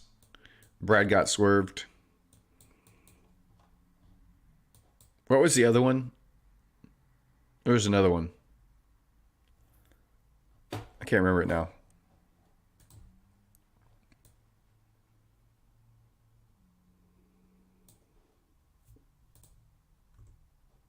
What a beautiful, beautiful setup, guys. I love seeing this. I love seeing the strategy work. I love the way the strategy works. I love the entries that you get. the sniper type entries that you get on this strategy. You do get swerved, but when you get your entries, you're either going to get run very aggressively or you're going to get a sniper entry and a pretty quick TP. Red folder news, man. That's unfortunate, but nice to see that all work out exactly as planned there. Dollar has reached up into its volume imbalance here. So at this point, we will watch and wait. The 50% line is right around here. 50% of that volume imbalance. Ideally, we would like to see it trade all the way up through there. Again, and then this is your higher time frame. These relative equal highs up here from a couple months ago. Likely where we're going to draw to before we see any further weakness.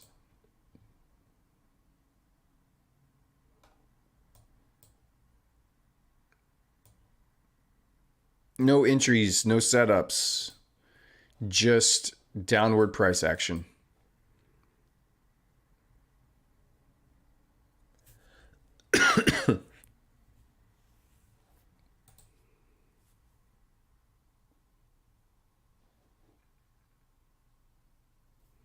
LOL. Don't feel bad that you closed out at 1 to 2. That news could have gapped you the other way, buddy. And don't fret that you only took 2R profit out of that. That's still great. Metro, welcome in, man. Leave a like on the stream. Absolutely. I don't know nothing about Indian food, but Mexican food is the same for me. After any Mexican food, my body feels like going to explode.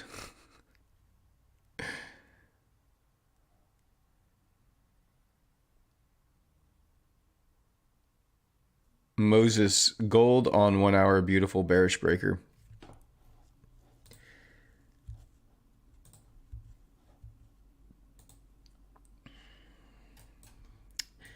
Potentially, yeah, you could get a bearish breaker here on gold. Well, you'll need the next couple candles to, well, I guess technically you were talking about this one, right? So you had the last down close, ran liquidity, displaced through. It didn't quite, it got up to the breaker bottom of this breaker here. If you're talking about the next breaker, you're going to need to see this hourly candle close and the next hourly candle close, leave behind a fair value gap, and then maybe you get involved there. But that's the gold position that got swerved right there. Tapped right up into this hourly order block. I was really hoping it would get up into that volume imbalance. That's where I wanted it to get to. But another powerful setup there. Just missed it. It's all right.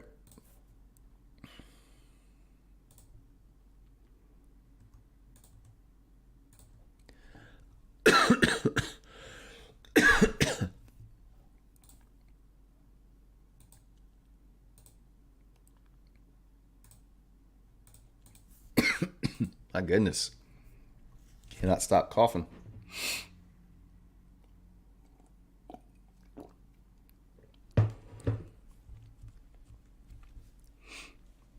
That's the way to think about it, LOL. You got to win. You took out 2R from the marketplace. It doesn't matter what happens after that. But I know sometimes I used to think, I was in that trade. I targeted 1 to 4, but then I closed at 1 to 2. And I could have gotten 1 to 4. And so I would get angry about the missed profits, the profits that I left on the table, quote unquote. And that's why eventually why I just took off full position at 1 to 2s, because I was like, if I can consistently find 1 to 2 risk reward ratio wins, I don't need anything else. I don't need to impress anyone with either finding high risk reward trades, being able to hold them for that long. I can just consistently find the 1 to 2s. That's the only thing I need to do.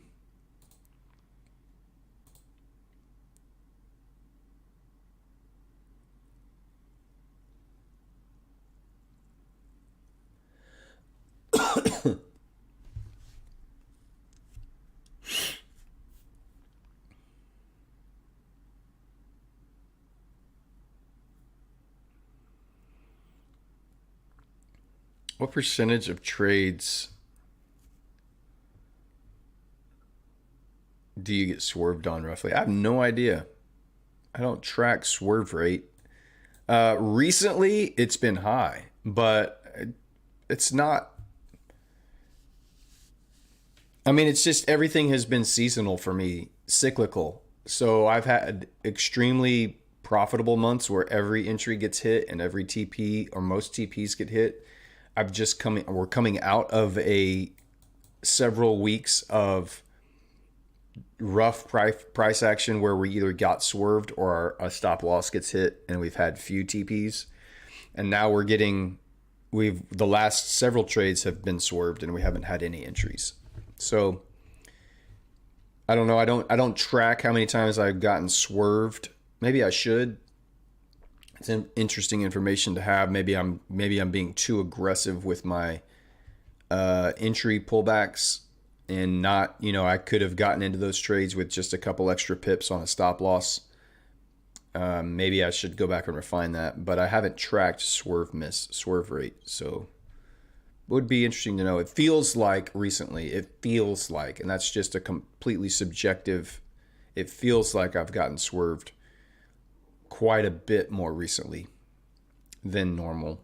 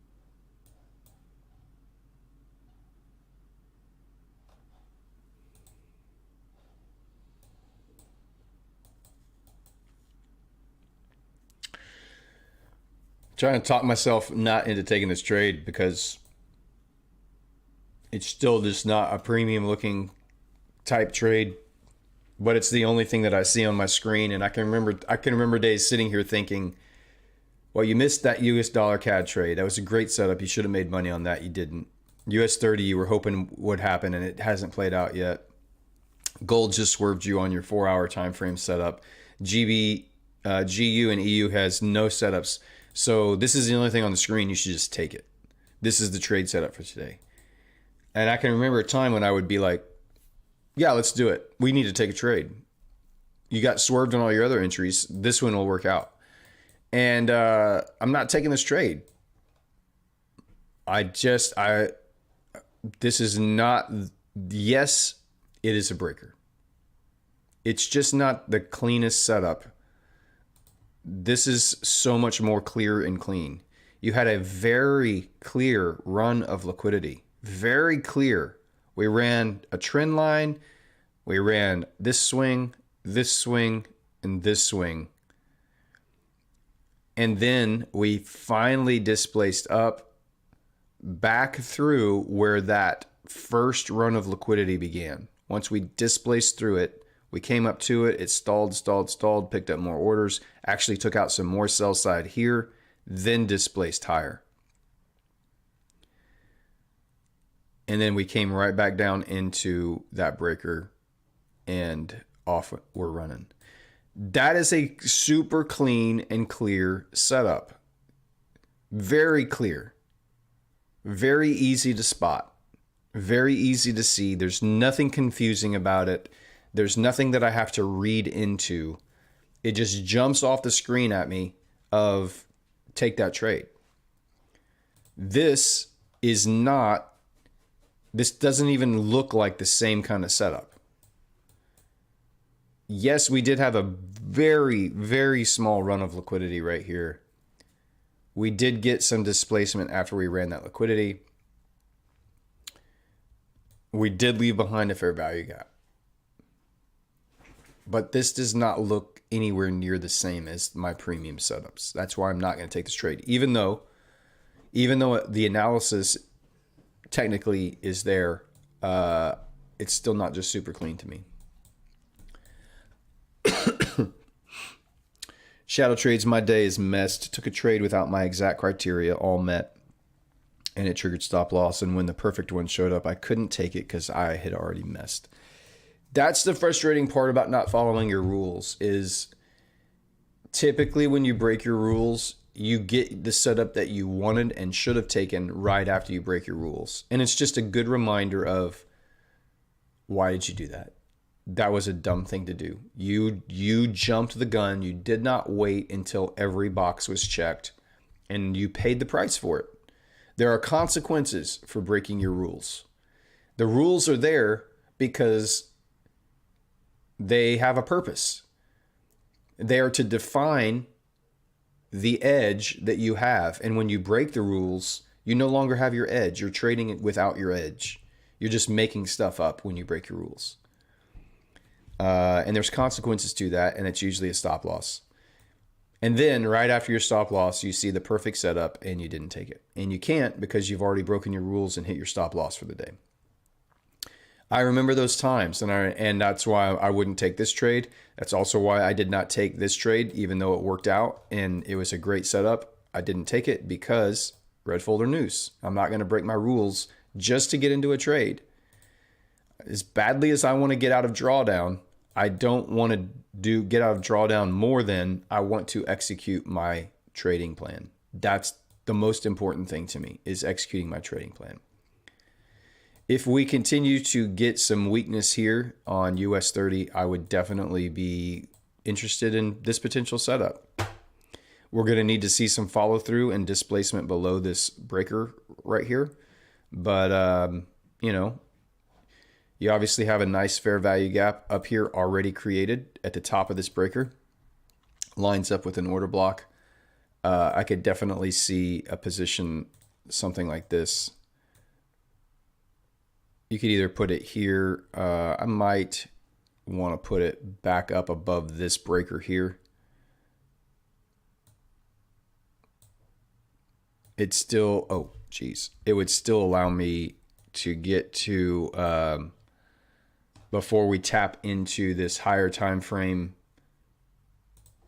draw on liquidity. This daily BPR again, it would give me an opportunity to still get into that before. But we're going to need, again, this candle needs to close preferably below this low. Until we have displacement below here, this is not a setup.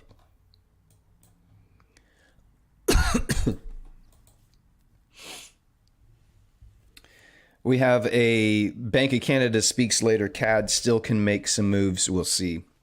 Yeah, there is more at 10 o'clock. We've got the IV PMI, so some kind of inflation number there.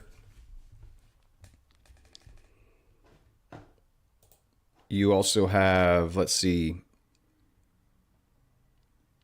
at 2 o'clock, the Bank of Canada Governor Macklem speaks, so that could probably move. That would be this afternoon, though. There's still, there's a lot of trading hours between now and then.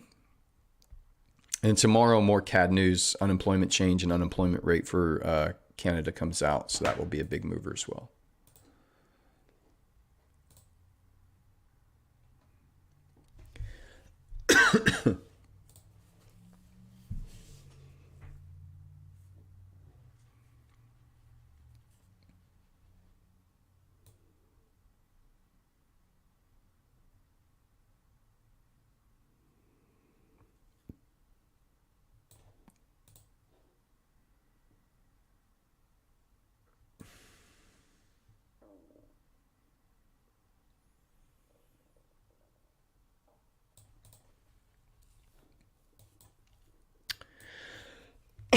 All right, if this candle closes below here, I would definitely get this set up. So we can at least we can get some lines drawn and set up here.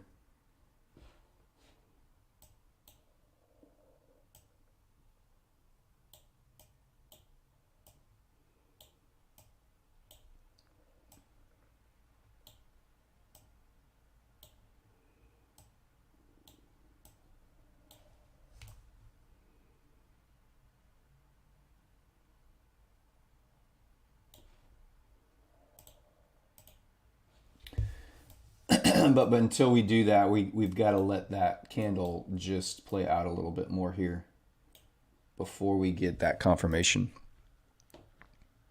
on US 30.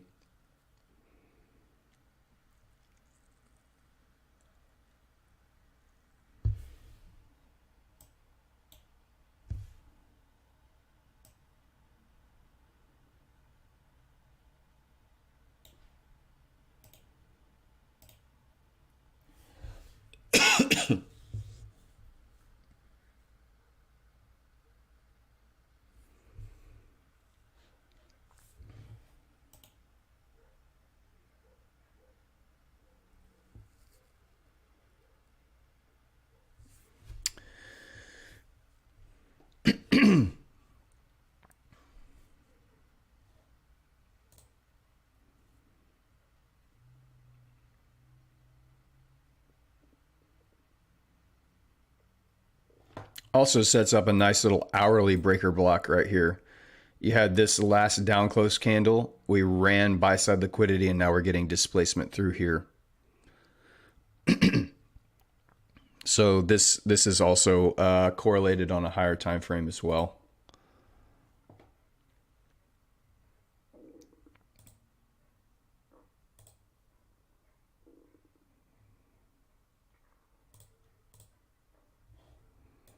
So hopefully this we still have 5 more minutes here, so we'll see what kind of setup we get. But this is, I like the setup on US 30. It's pretty clean.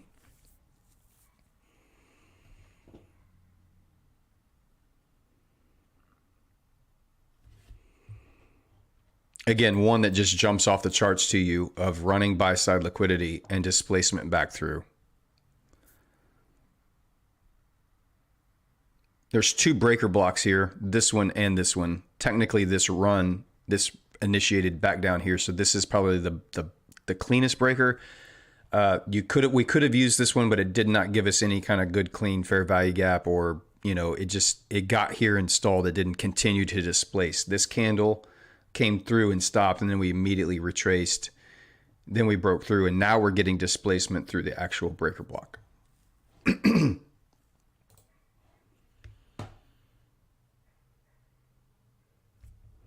If you see us 30 on daily, it has reached its drawn liquidity. It might reverse anytime, but NAS and SP haven't done on their pullback for bullish continuation. Yeah, I'm still, my higher time frame drawn liquidity for the dollar or for the US 30 is still this daily fair value gap BPR down here and back below yesterday's low. So I'm still anticipating yesterday's low being taken, and I'm hopeful that we can get in before we do that. I'm finally convinced that when you got your A+ setup, trading becomes boring waiting for it. That's all it is, man. Trading is extremely boring. When you know what your setup is and you know exactly what you're looking for, it's not going to show up every single day. It's just not. And it's often extremely boring just sitting here waiting. And that's what a lot of people get in trouble. A lot of people get in trouble when they cannot sit and wait. They just can't do it. And they get in all kinds of trouble.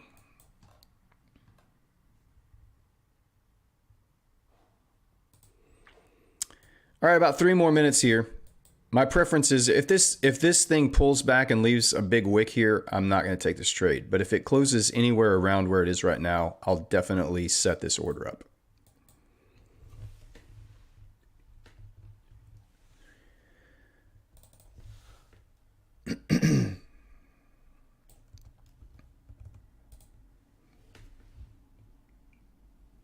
I can go in and put the numbers that I will have.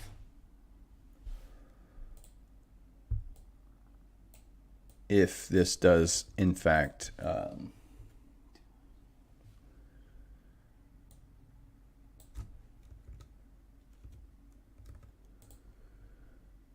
that will be the exact numbers here. If we can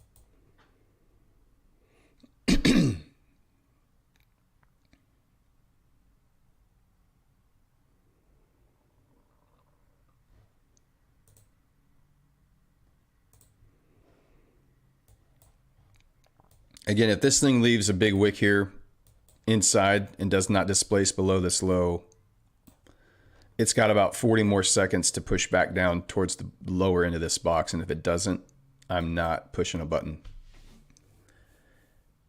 It does not meet my trade criteria until there's displacement below the breaker. Just wicking below is not enough for me. I need the body of this candle to close at least at the bottom end of this box or below it.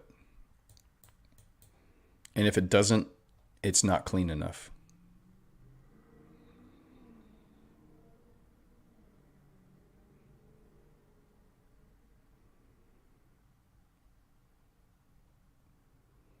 Got right down to it.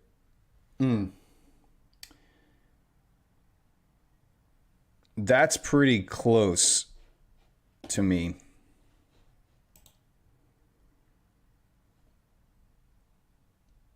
And on this MT5, it's right at the bottom of that wick. I'm going to go ahead and take that.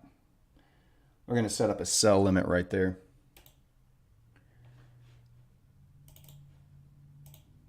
Sell limit is initiated there.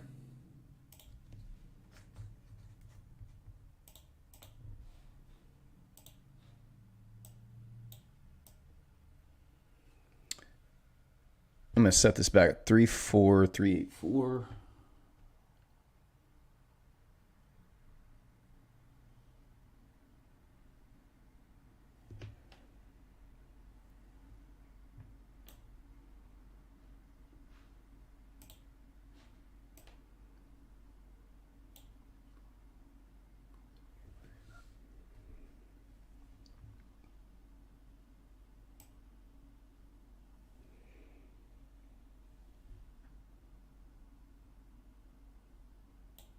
Yeah, cool there.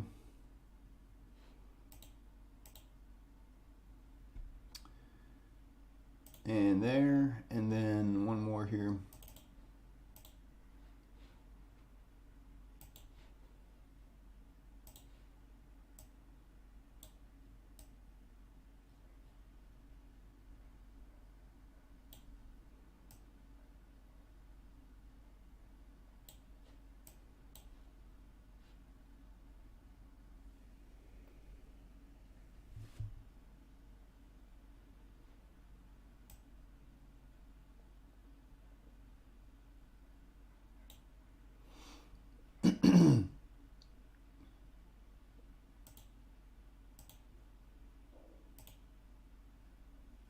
All right, that's set.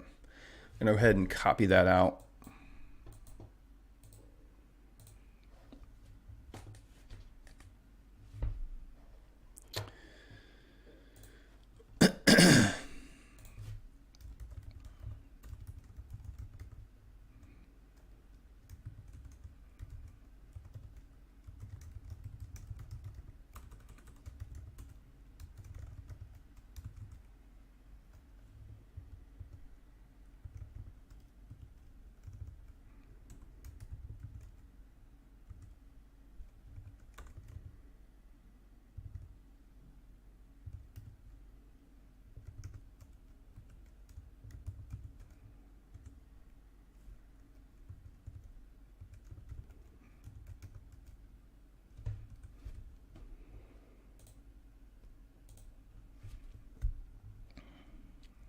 There we go. Put that in the Discord real quick too. Drop that back down. We don't need all that.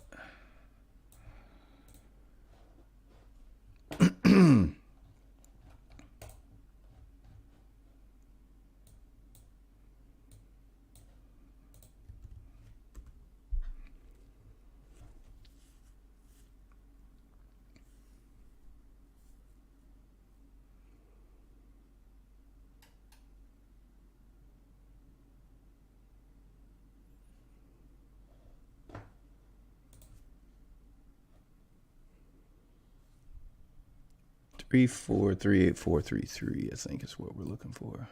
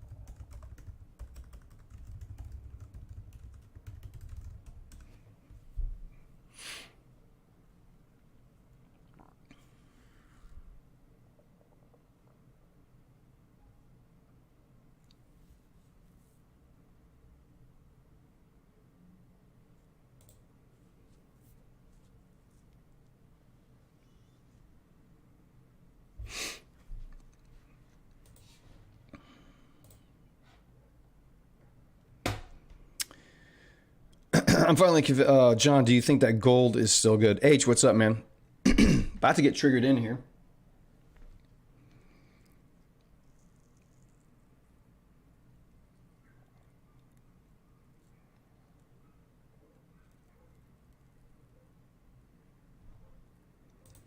I technically, yeah, I would say it's still good, but I have to wait and see. Trading night. See you guys tomorrow. No trade for me today. Peace and love. Texas rules. Yes, it does, baby. Texas is God's country.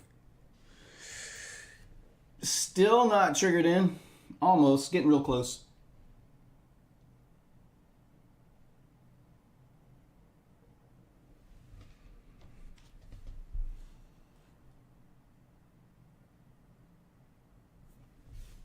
Gold didn't take out the previous day low.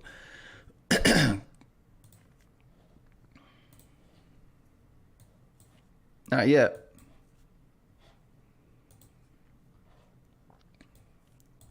Definitely could still tap into that volume imbalance there. And then tank from there. We'll see.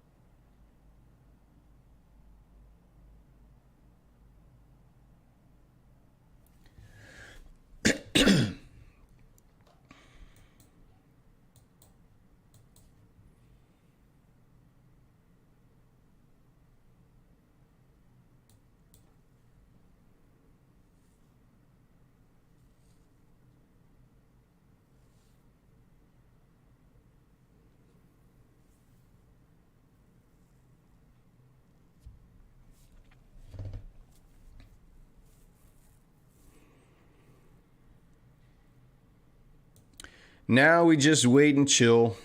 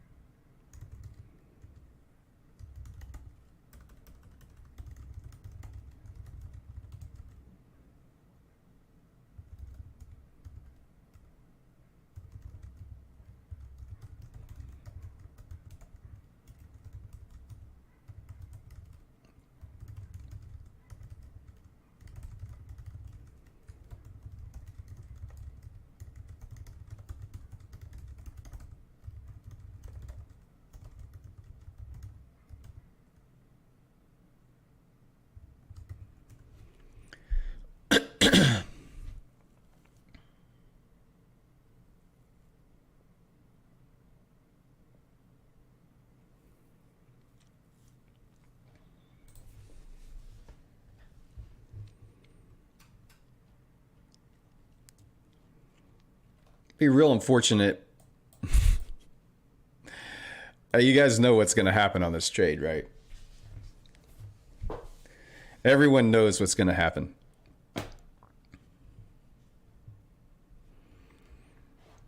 Bernard, don't be bringing that juju in here, man. I didn't want to say it. Don't you start.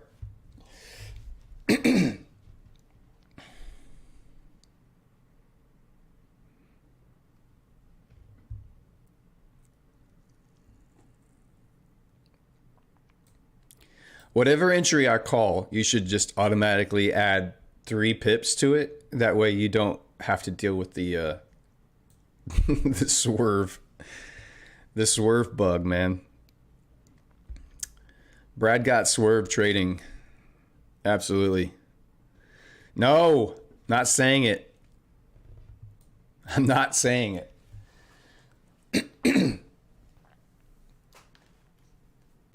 Ugh. If you would have just added 2 or 3 pips to every entry that I called in the last probably 3 weeks, you could have passed multiple challenges, I think, by now. The swerver block. The Venator's swerve block. I like it. How to get swerved 101.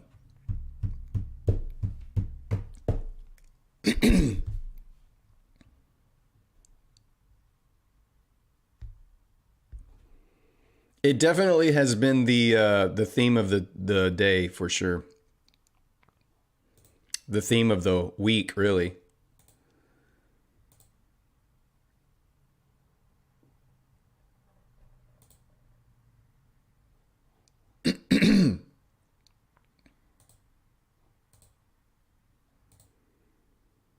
Gold reaching back up into now that little volume imbalance. I deleted that order, by the way. But it could still play out once it could tap back up into there. It's fine. We'll see.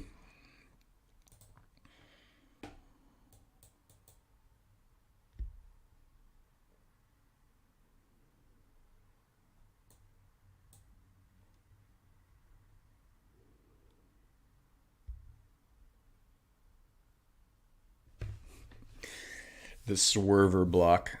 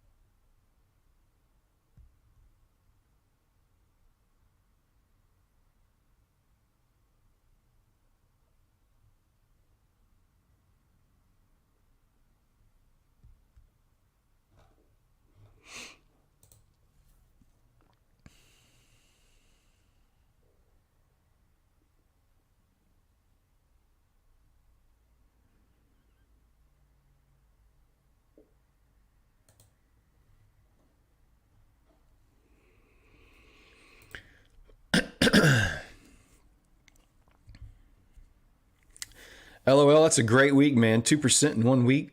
That's a great month. Get $1 million account and make 2%, buddy. You're living like a king.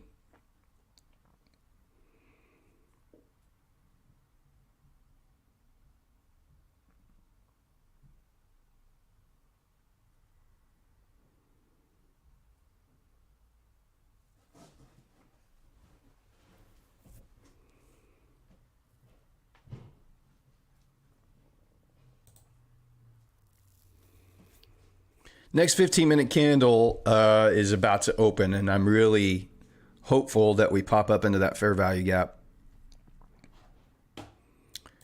and then push lower for yesterday's low.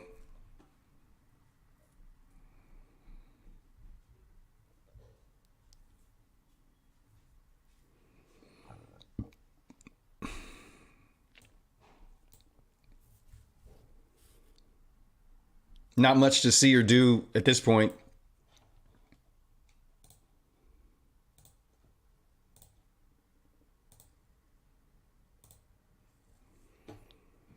Dollar CAD came right back down into that fair value gap and that breaker and rocketed back off. Very interesting to see. I wouldn't have taken this trade. It's already hit the TP and the draw on liquidity up there. Took out this swing and that level right there. So I wouldn't have taken that again. The initial play, the initial setup was that red folder news event. Good morning again.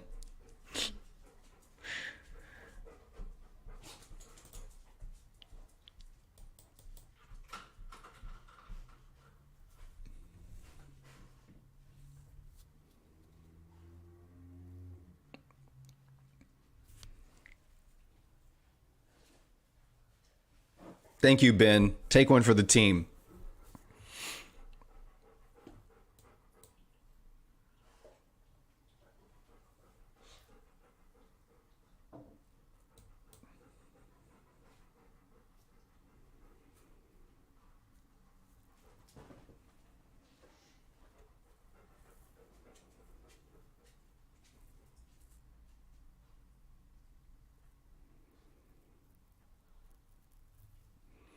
I agree, Alpha Bridge. That is probably an accurate assessment there.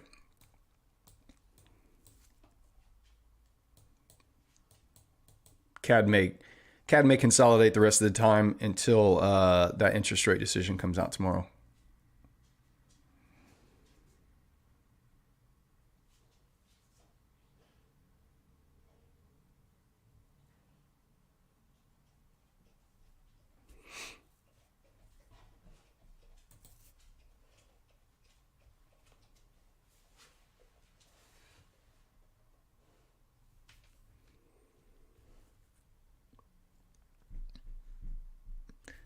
I think Kirby can help us in this situation. Kirby is not interested in helping us at all, y'all. You know this.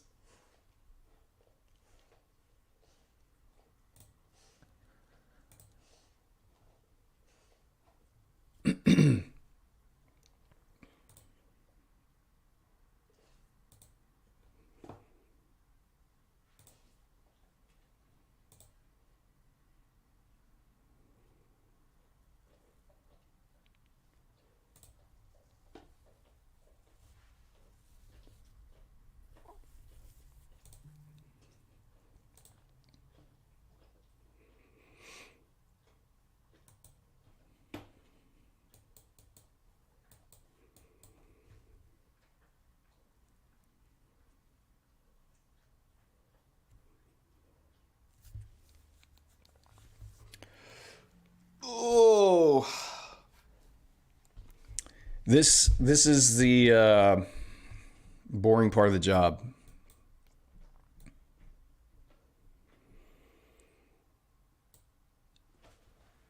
Just killing time and figuring out how to keep your mind occupied while you wait for your price to get tagged or for your setup to form.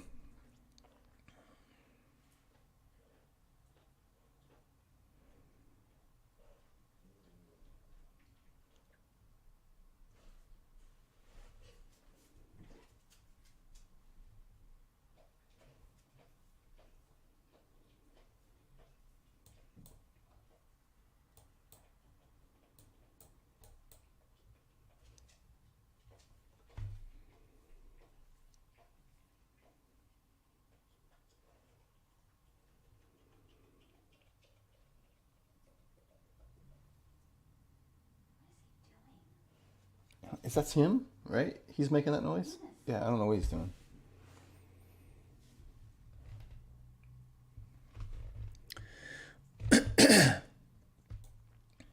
Did Kirby keep you up all night?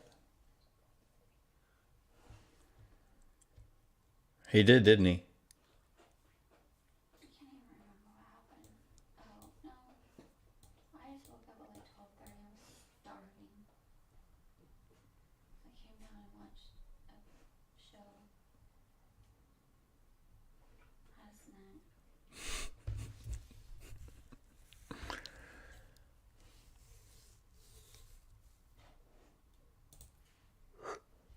Oh.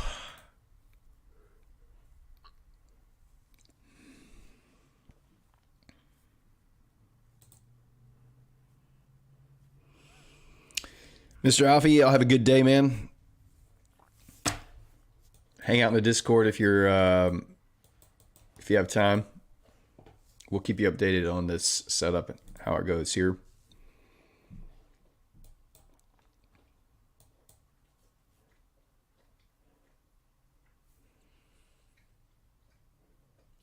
What about taking trades with less risk? I never changed my risk profile. It totally your risk reward ratio is based on your risk profile, and if you change your risk setup every time, you totally jack up your risk reward ratio, and you don't have a true risk reward ratio to look at. So I never ever change my risk profile unless I'm extremely close to the breaching the drawdown limits. Otherwise, it stays exactly the same because that is your edge. That's your offensive weapon in trading is your risk profile. And if you change it and you happen to win a trade and you've lowered your risk, you just completely dulled your edge in the market to create the gains you need to pass these challenges and stack accounts. So number one, I would never trade red folder news events. Just don't do it. Your quarter risk could turn into a full stop risk because of a gap off of red folder news. So don't ever do that. Number two, it doesn't make any sense from a profit standpoint when your offensive weapon in this business is your risk profile. So if you change that every time you take a trade, you have no edge. You need to let your edge play out over a large sample of trades, and that means you need to consistently execute the same risk profile over a large sample of trades. Otherwise, you have no idea what your true risk-reward ratio is. The real risk, not the risk-reward ratio here, but the actual risk-reward ratio based on your risk profile. Because the next trade, you could go full risk percentage and lose it, and you're now down, even though you took a 1-2 winner, because you lowered your risk profile. The next trade could lose, and you're actually negative on those two trades, even though you won a 1-2 or even a 1-3. So it doesn't make any sense to do that. That's not a good idea. Sorry, I asked before, but I don't think I was on the stream when you answered. Do you trade a personal account? Not right now. I do not. What channel do people mainly hang out in on Discord? Probably the general chat, and then you just post charts and the trade ideas, and you post your certificates in the trophy room. But probably just the general chat is where most people hang out on the Discord channel.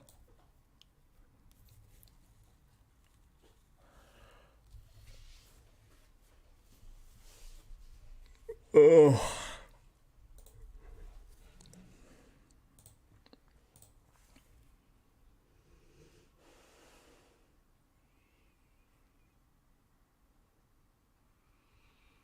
What if you're really close to the challenge target? Then you still keep your risk profile the same. I don't change my trading. The only thing that I would change if I'm close to passing a challenge is I would just close out the profit. If let's say I only needed a 1-1 to pass a challenge, then I'm still going to risk the same amount. I'm just going to close it out at 1-1 and pass the challenge. I don't need for it to go all the way down to the full 1-2. I'll just close it out wherever the profit target is for the challenge. But I never changed my risk profile. That's what helps me pass challenges, helps me pass them quickly when I'm out of drawdown anyway.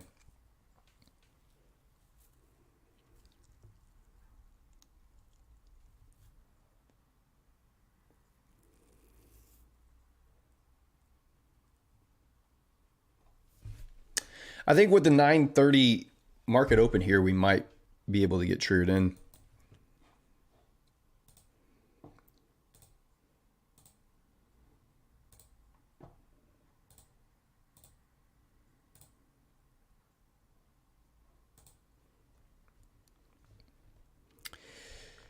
Um, Bespoke will automatically close it for you if you're on the challenge stage if you reach your target.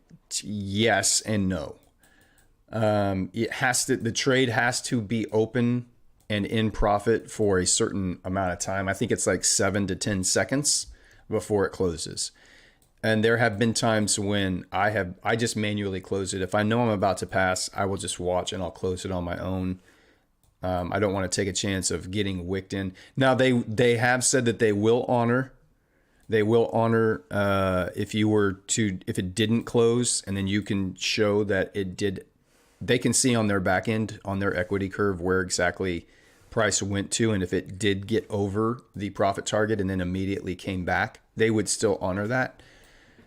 But I just close them out manually. I'm watching it. If I'm close to passing a challenge, then I'm manually closing that out every single time. It just pings the system like every 10 seconds or so. So if it pings it one time in 10 seconds, it's not above the profit target, and then the next time it'll close it out. But if in that 10 seconds you crossed your profit target and then price came back, and in between those it didn't ping the server to see that, it's not going to close it out for you. So it has to be, their servers have to see that it's above the profit target when it pings for it to close out automatically. It's a great feature to have. So like if you're a swing trader or whatever, you go to bed, you're running a trade, you don't want to stay up all night, you don't have to worry about it, because they will still honor it. Even if during that 10 seconds, whatever it hits, comes back, they'll still honor it. When you wake up, you can be like, hey, this definitely got into above my profit target. Check the equity, check the charts, and they'll go, yep, you're correct. You did hit profit, even though the trade didn't close. You hit the profit target.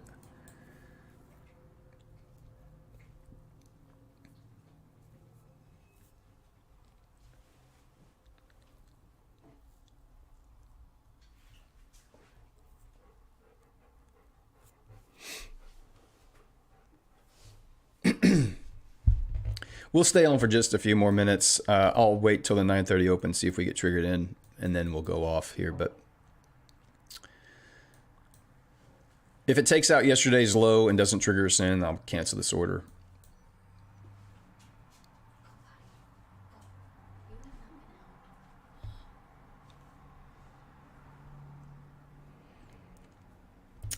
Yeah, hopefully we get a little Judas swing pump here on the New York Open, just to pop up into that order block or that fair value gap right above us, and then drop into yesterday's low. If we do get triggered in, I will be using yesterday's low as a target to go to break even.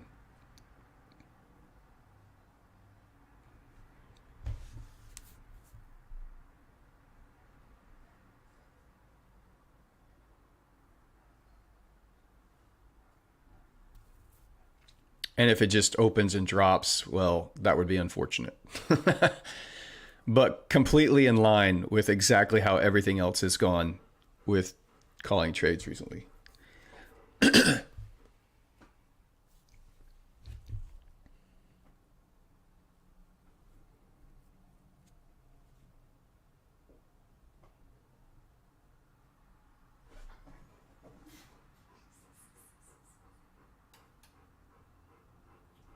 If you're wondering why I have my stop loss where it is, by the way, typically you would see me put it right above the highest breaker. But in this are the highest fair value gap candles, which would be right here. A little tight for me on US 30. And we do have another breaker right above it. And that's why I placed it above that breaker. This down close candle is the breaker that I'm using as my protective stop loss. if we get triggered in. Are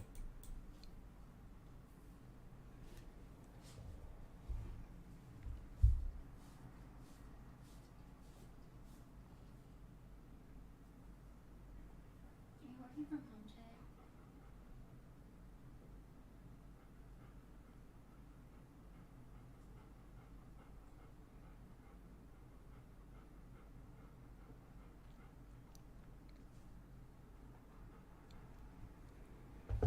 Getting back out close to entry here. I use both, but on this specific strategy, I use the breakers. All right, we've been triggered in.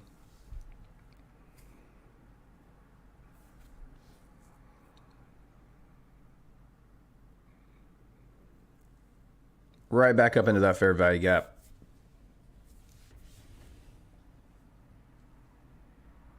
Except my order did not. My order did not get filled, and I don't know why. My orders disappeared off of my MT5.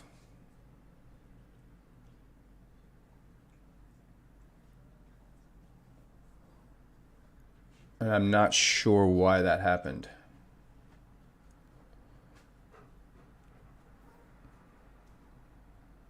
John says only one of my 2 lots filled.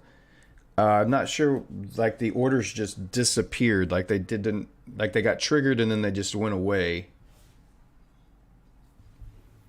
So I'm not sure what happened there. No, it was probably just a lot size limit issue potentially.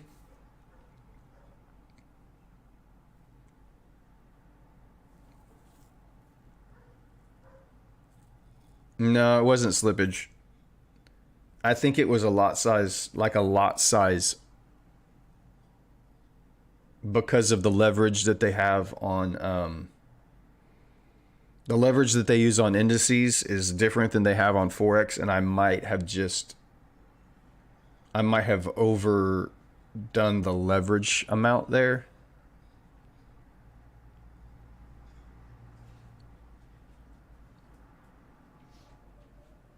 I need to go look and see what those lot sizes were, but you can see that trade didn't work out anyway. Dunamis Crypto, I think you're exactly right. I think it's a lot size margin issue that I was not paying attention to.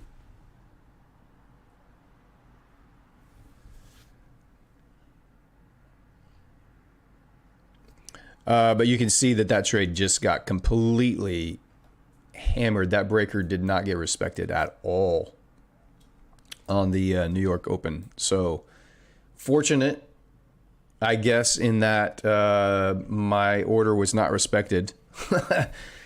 So that's good. I did not take a loss on that, even though the trade ended up being a loss overall. So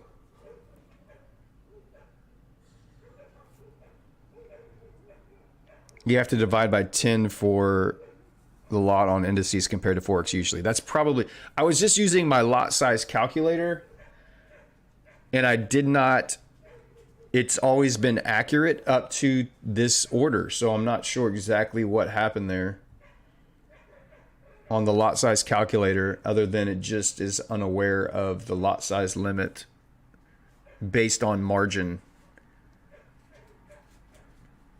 But again, I guess thank the trading gods that my order didn't get filled there, because I just would have gotten slapped right away. So not the end of the world. For me, account is protected and no loss was taken.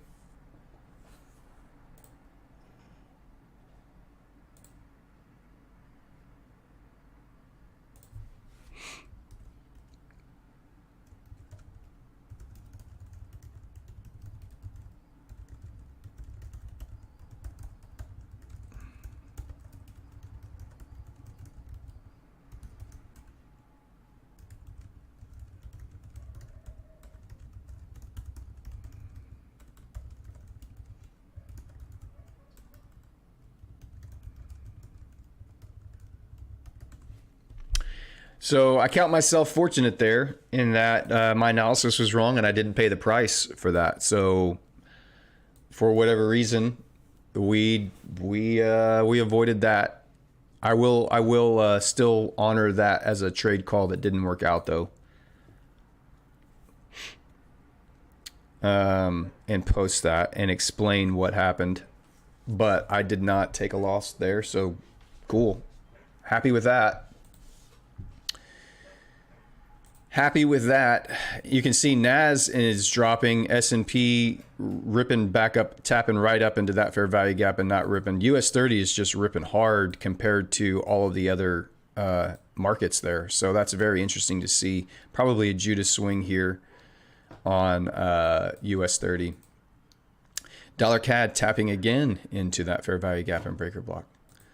Pound yen, nothing. Dollar holding steady. Pound, nothing to see. Euro dollar, nothing to see. Well, there you go. That's the I think that's the holds trading session right there. There's nothing else more to see or to do. So John, not so lucky here. I'm sorry, John. Took a loss, done for the day. Yep. You know, the setup was there and they work and sometimes they don't.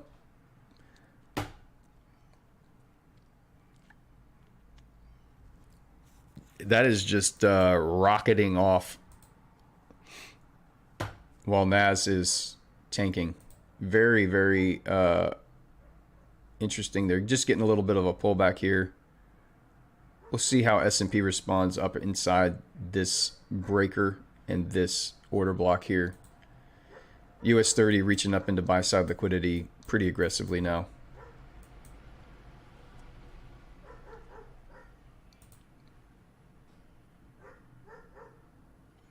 This dollar CAD trade is the one that probably makes me the most frustrated about this whole trading session, is just seeing that set up and then not being able to participate because of the news. So that's unfortunate. But US 30 just getting completely slapped there.